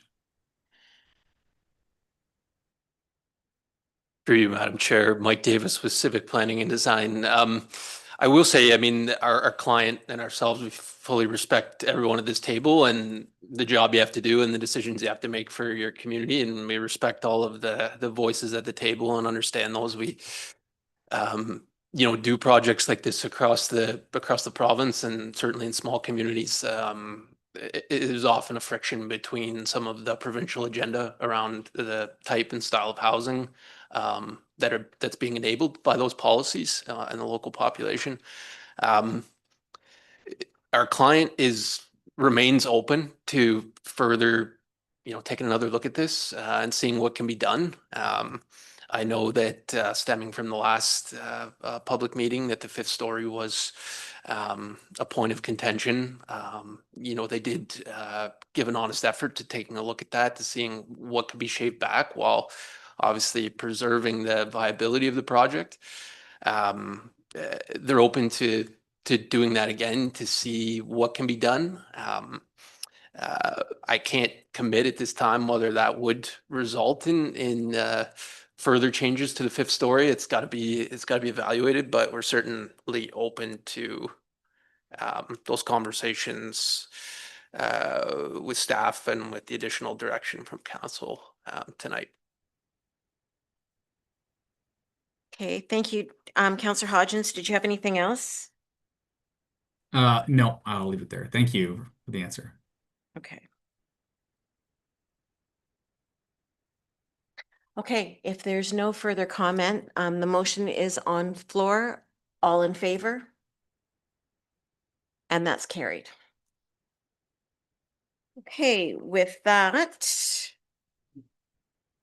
if I can ask for a mover and a seconder to adjourn our public meeting under the Planning Act at 7:38 and resume our regularly scheduled council meeting.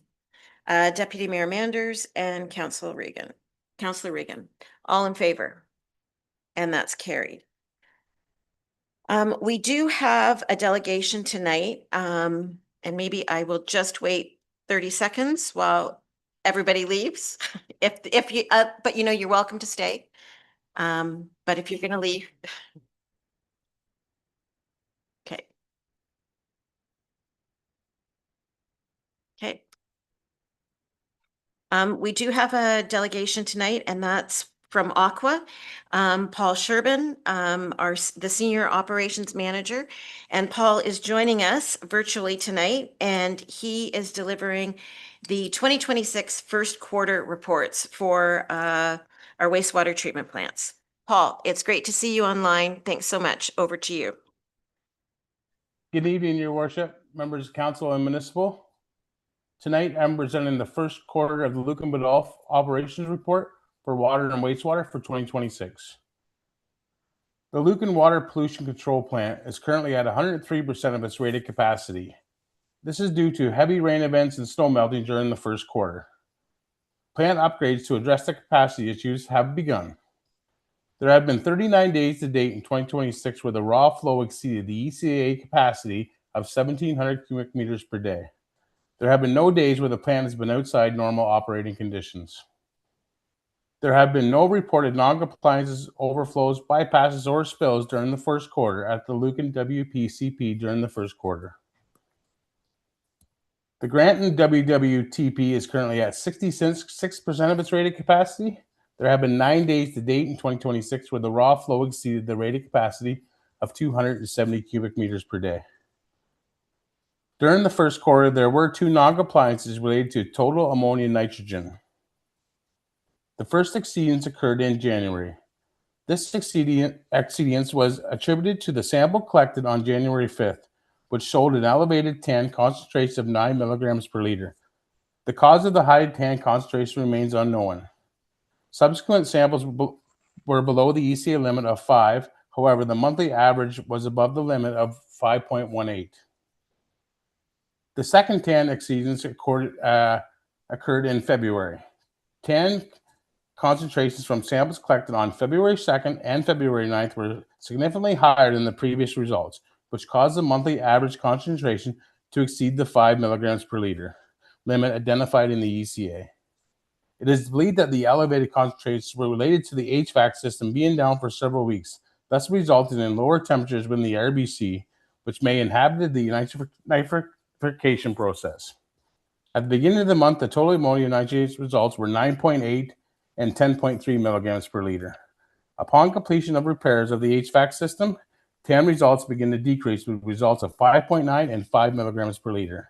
Effluent TAN continues to be closely monitored to ensure compliance limits are met.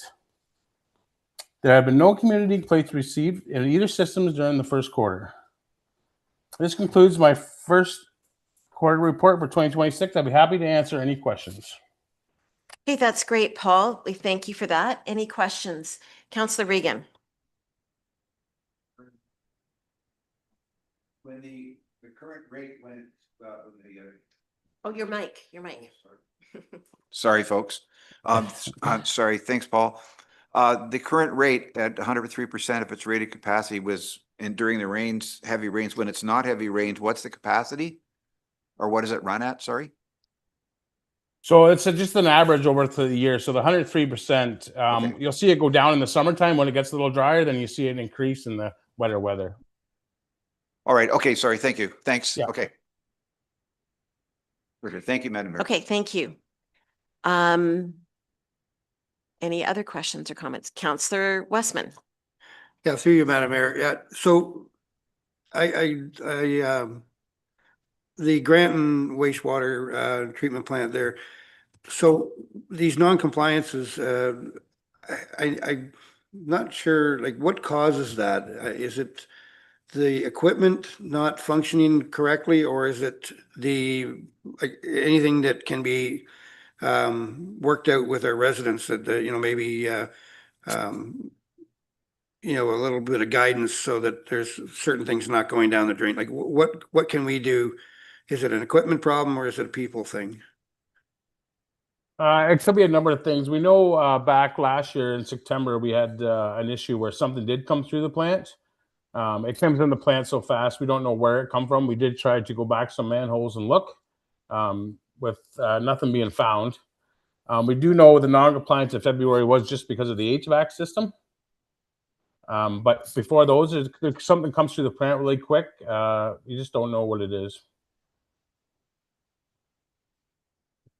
You good, Councillor Westman? Any other questions or comments? Okay, thank you very much, Paul. Appreciate that, and we'll see you in a few months. Awesome, thank you. Okay, with that, I would ask for a mover and a seconder to receive the first quarter reports as presented, please. Councillor Westman and Deputy Mayor Manders. All in favor? And that's carried. And I think I will just ask council if we can just entertain a 5-minute recess, if that's okay. So Councillor Regan and Deputy Mayor Manders, all in favor? Okay, so we'll take 5 minutes.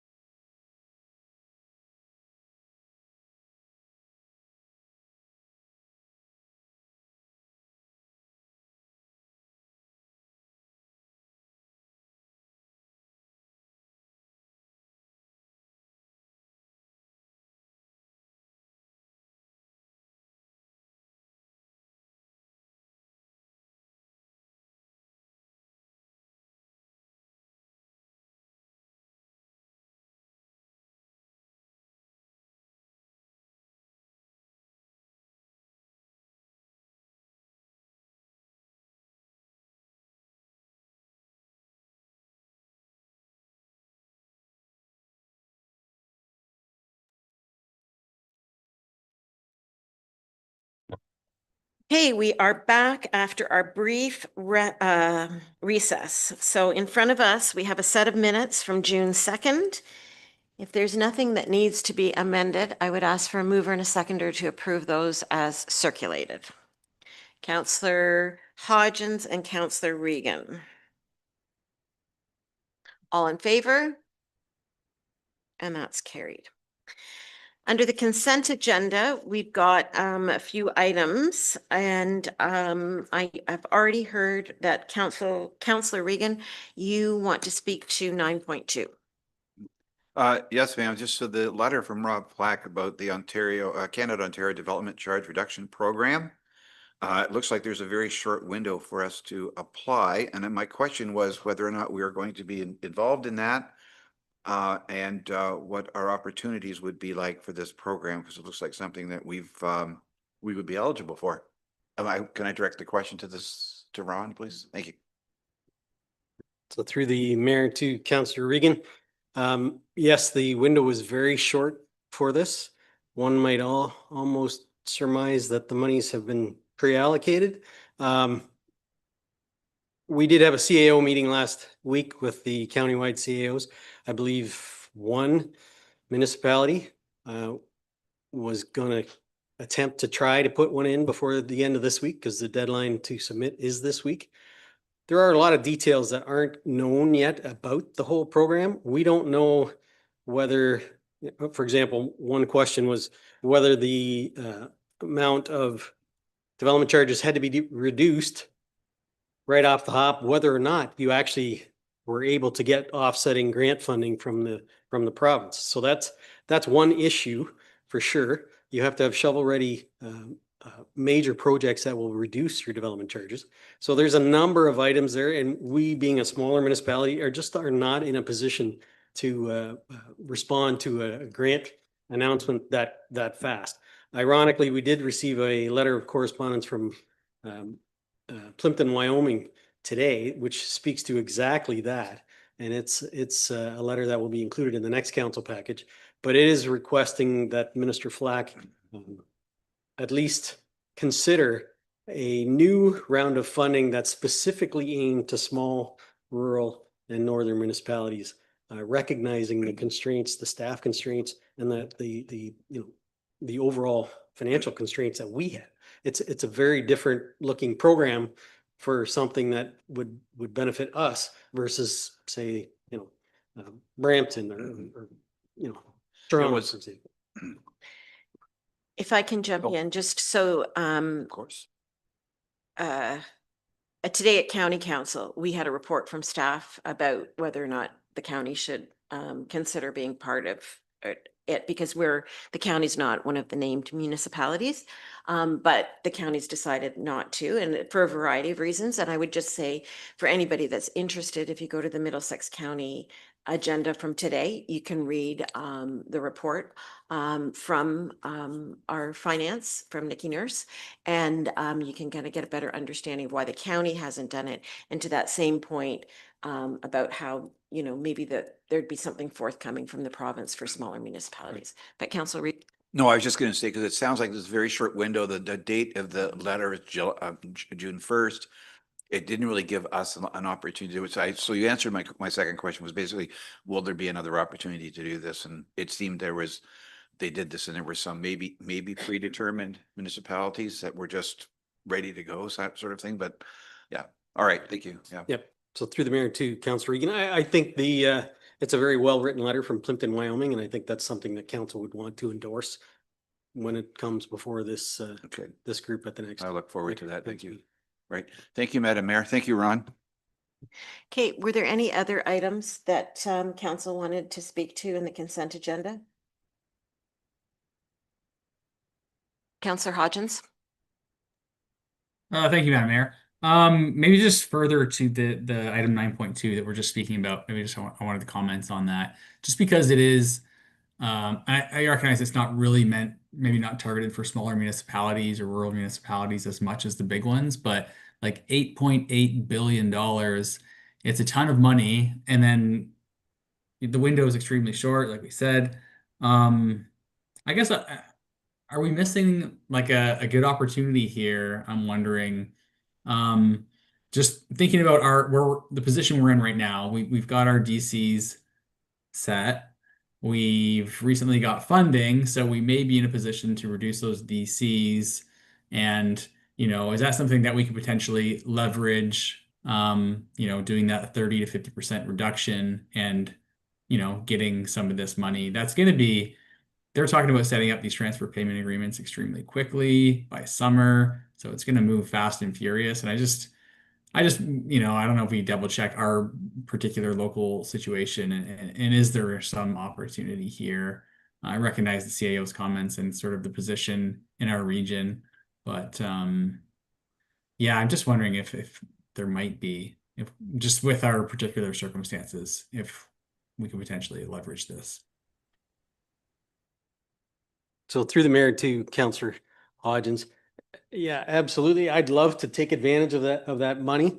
But again, the consensus around the CAO table last week was that, yeah, it really appears to everybody that this 8.8 million, while it's a lot of money, you start talking some big projects in the city of Toronto and the GTA, in the general GTA area, that money's probably already gone.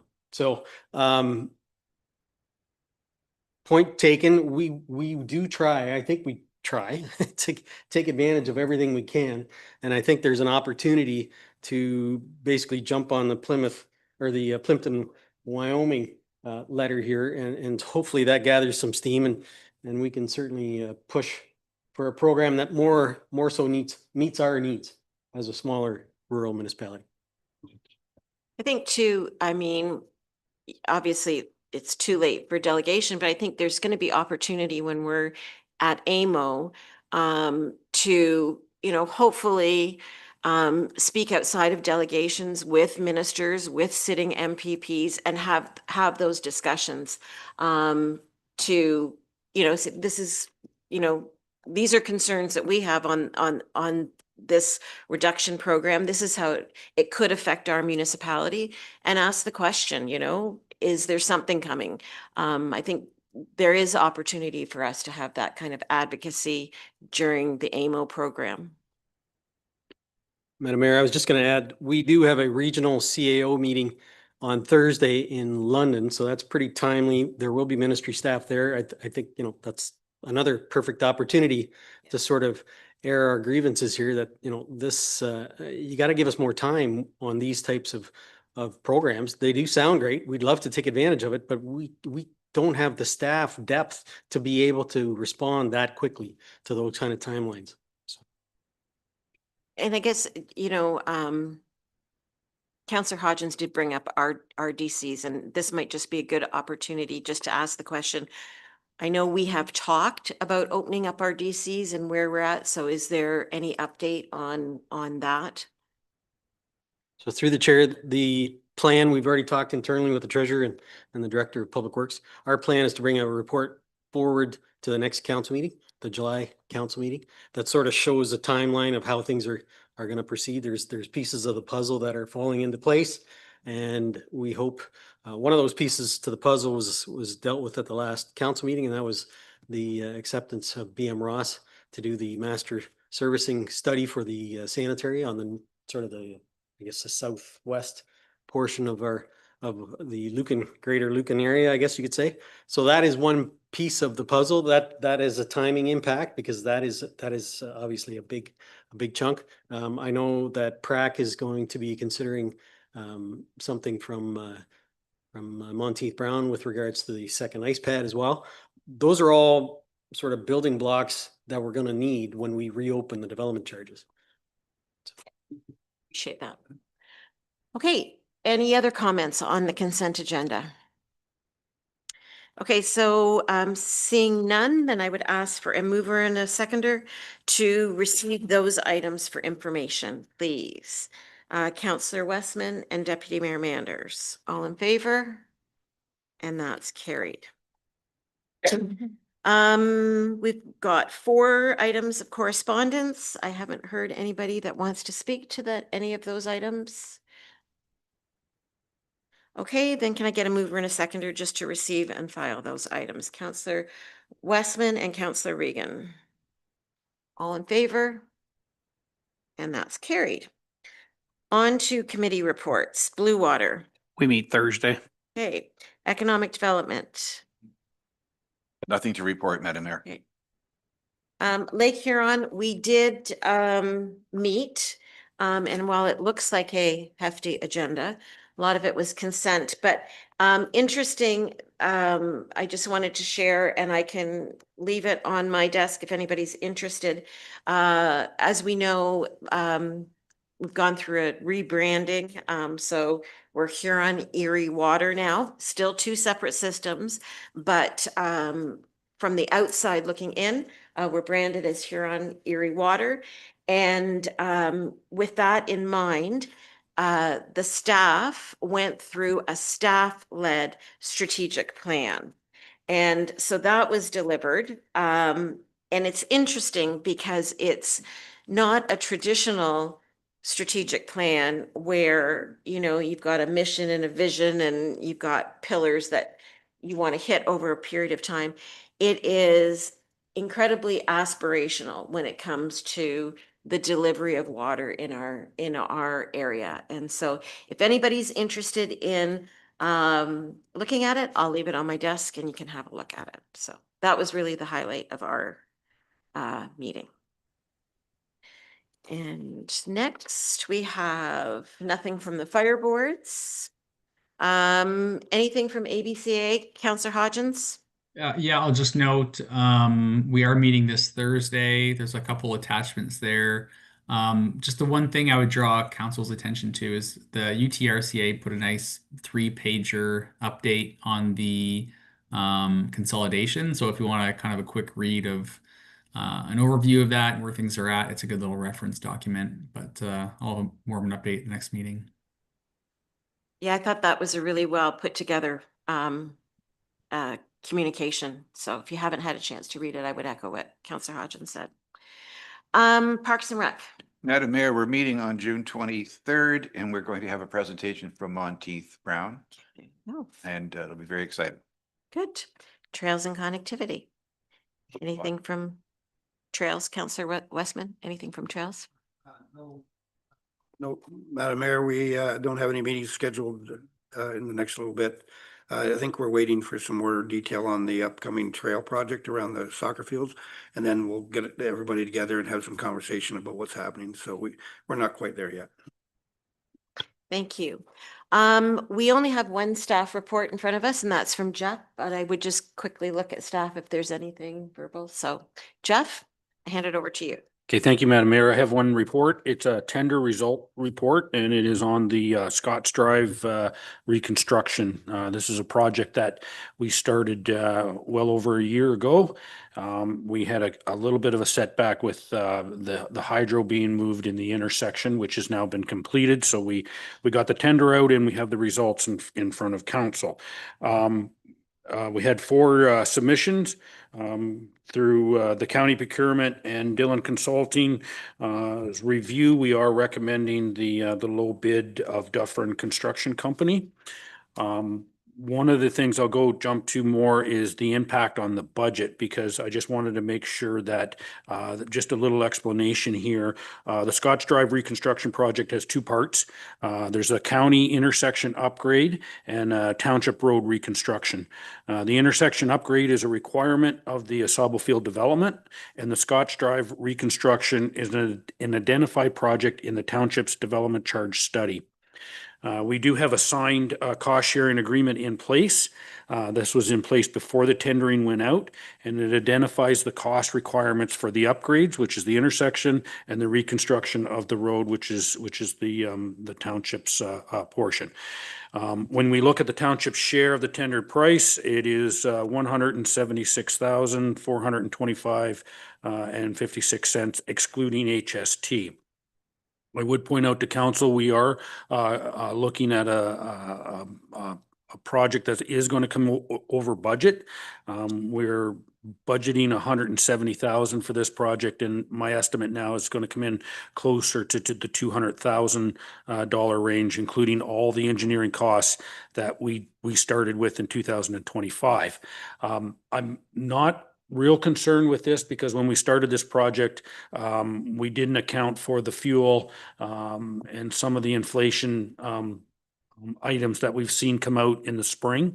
So I think some of the tenders that have come out recently have adjusted their fuel and paving costs and that sort of thing. So when we looked at it, it did seem in line with the tenders that were coming through right now.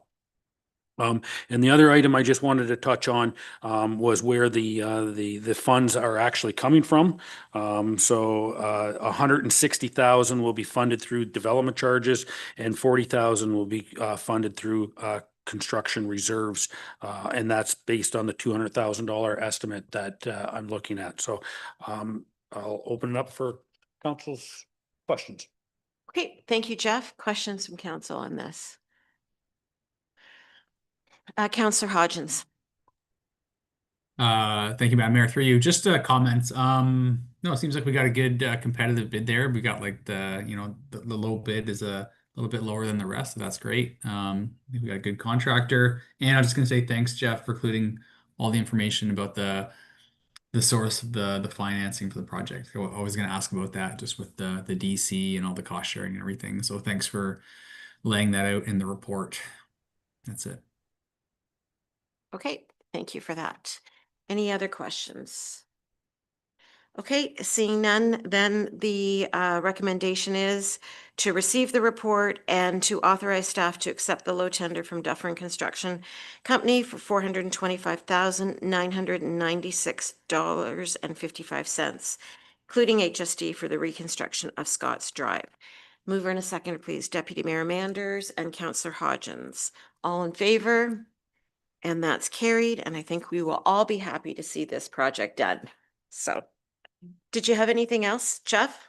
I do have one update for council. I know I updated council on the weekend. We did have a water main break on Sunday. It went very well. When we did get down to the water main, there was pieces missing out of the water main. We had multiple holes in a section of it. So this is the second time we've repaired this section of water main within the year.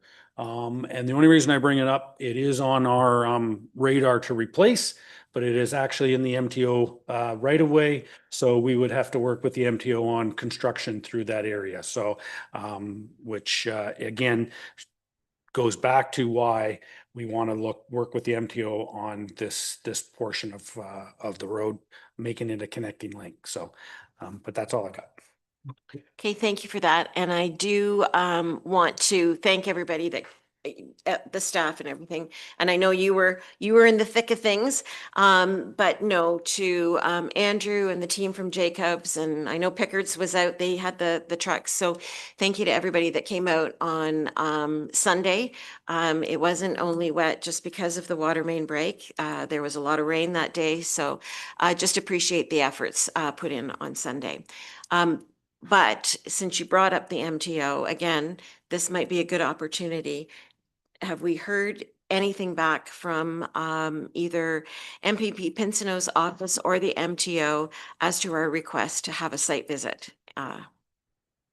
So through the Madam Mayor, just in response to that question, I did reach out to the MPP's office yesterday morning because prior to that, we had communications back and forth. They were communicating it up the ladder to the minister's office. It was supposed to be on the minister's table. I guess they have a round table meeting every other week, I believe, and it was supposed to be on the agenda. The MPP's assistant did say if she didn't hear anything back by Wednesday, that she would contact them with an update. So we should have an update in short order. Okay, thank you for that. All right, on to other business. And we have a request from organizing group from Granton requesting that the rental fee for the pavilion be waived. And I think everybody's had opportunity to read that letter. I'm looking to council either for direction or comment. Councillor Westman. Yeah, through you, Madam Mayor. So this is, as you can see in the letter, it's regarding the neighborhood grant program that the group had received the money to put on this event. So it's kind of through the community itself, through Lucan Biddulph, got us the money. So I'm just, I'm in support of waiving that fee because it is something that is all part and parcel of that program. So thank you. Any other comments? So Councillor Westman, would you be willing to put a motion on the floor? Yes, Madam Mayor, I would. And the motion would be?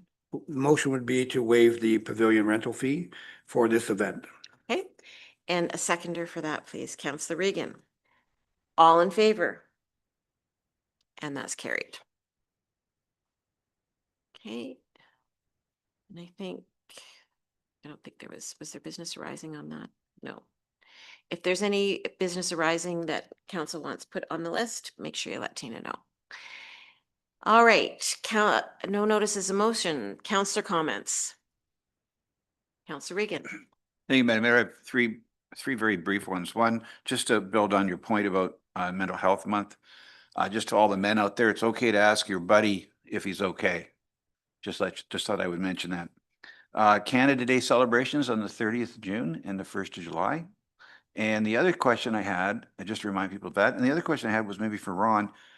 Have we solidified any AMO delegations yet? The requests have been sent in. We typically don't hear until about maybe 2 weeks to 10 days before the actual conference. So, all right. Okay. Thank you. Any other Councillor Westman? Yeah, just a couple things. Just wanted to thank the folks that brought us our flower pots and everything. It's looking beautiful already. I know Darcy's not here tonight, but I would commend the work that's been done in the Granton Park on the ball diamond. The red clay has been installed and it looks amazing. So they did a really good job there. And yeah, I'm looking forward. There's a lot of things going on in the Granton Park this year. So it's very exciting to see all that extra activity. So it's very good. And over the many years that I've been sitting at this table and other tables, I've pounded the table about getting investment in the Granton Park, and it could not be more proud and more happy about how it's turned out. Thank you. Deputy Mayor Manders. Just, I'm not sure, since Dan's here and Lisa, that's good. The councillor comments. I'm getting asked quite a bit, and the fence in between Tim Hortons there, the fence coming out. And that was a condition by MTO, I think, for them to sever, I think for them to make them sell the property. And again, what I don't want to do is, I don't believe either property owner cares for that. And if it could be reverted back to an imaginary line and be used the way it was for 30 years, I think everyone would be happier. So again, on our common sense list to the MTO, we're gathering, can that be added on there to see if that could be considered? Because I didn't know whether to do a notice of motion or to obviously, or ask council support to, again, a meeting with MTO to, again, for a site visit there. Even people walking across with their baby strollers, the danger and stuff that they've created is mind-boggling, especially the way the site had always been, used. So even if we think it's a 10% chance on this one here, I'd be willing to take the time on this one, staff time and our time, even if we think it's a 10% chance to seeing if they could reconsider that. What would be the process and what support do I need from council?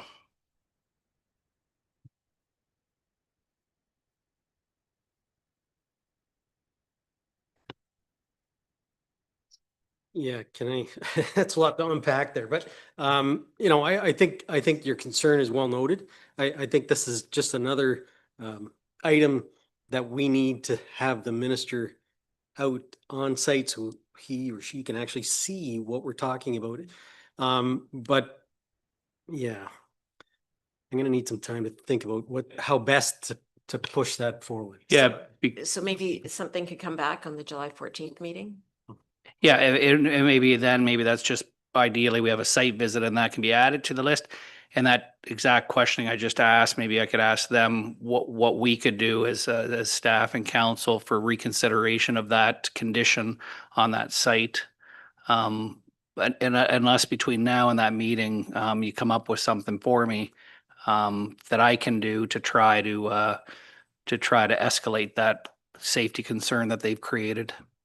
I don't want to speak for staff, but I honestly think it would be a political thing, like at this stage. Like, I don't think that there would be a process to go through from staff to staff. I think honestly, it would be if we're fortunate enough to get Sicaria here, or at least his PA or ADM, to actually see, and it would take political will. That's what it would take. It would be us putting pressure on our peers in the ministry.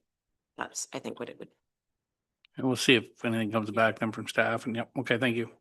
That's all I have. Okay, any other councillor comments? Councillor Hodgins. Thank you, Madam Mayor. Just quickly, I don't think it's been said yet, but June is National Indigenous History Month.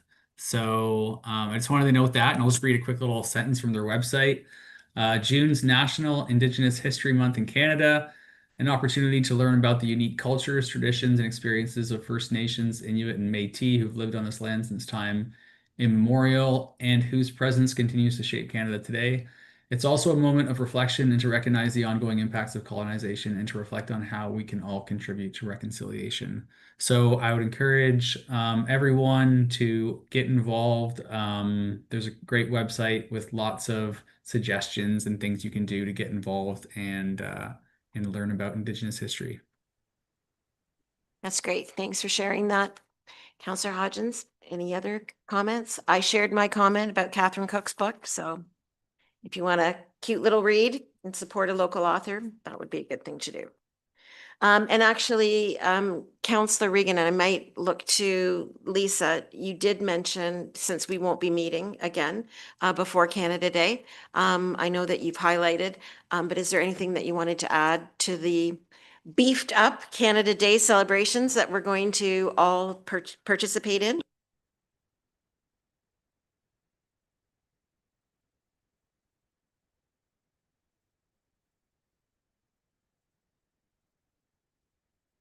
There you go. Thank you, Madam Mayor. Yes, so obviously fireworks are on the 30th, and we've added a local band this year that will be playing from 8 to 10 with DJ Dave filling in the quiet times when they take little breaks, and there'll be some food trucks as well this year. So that's a great new fun addition. And then Canada Day itself looks a little bit different. We do have a busker coming in, a beatboxer, Canadians Got Talent fellow, and we have some food trucks, some live music as well during the day, and we'll have some FIFA celebrations as well. So yeah, a little bit more stuff to do this year.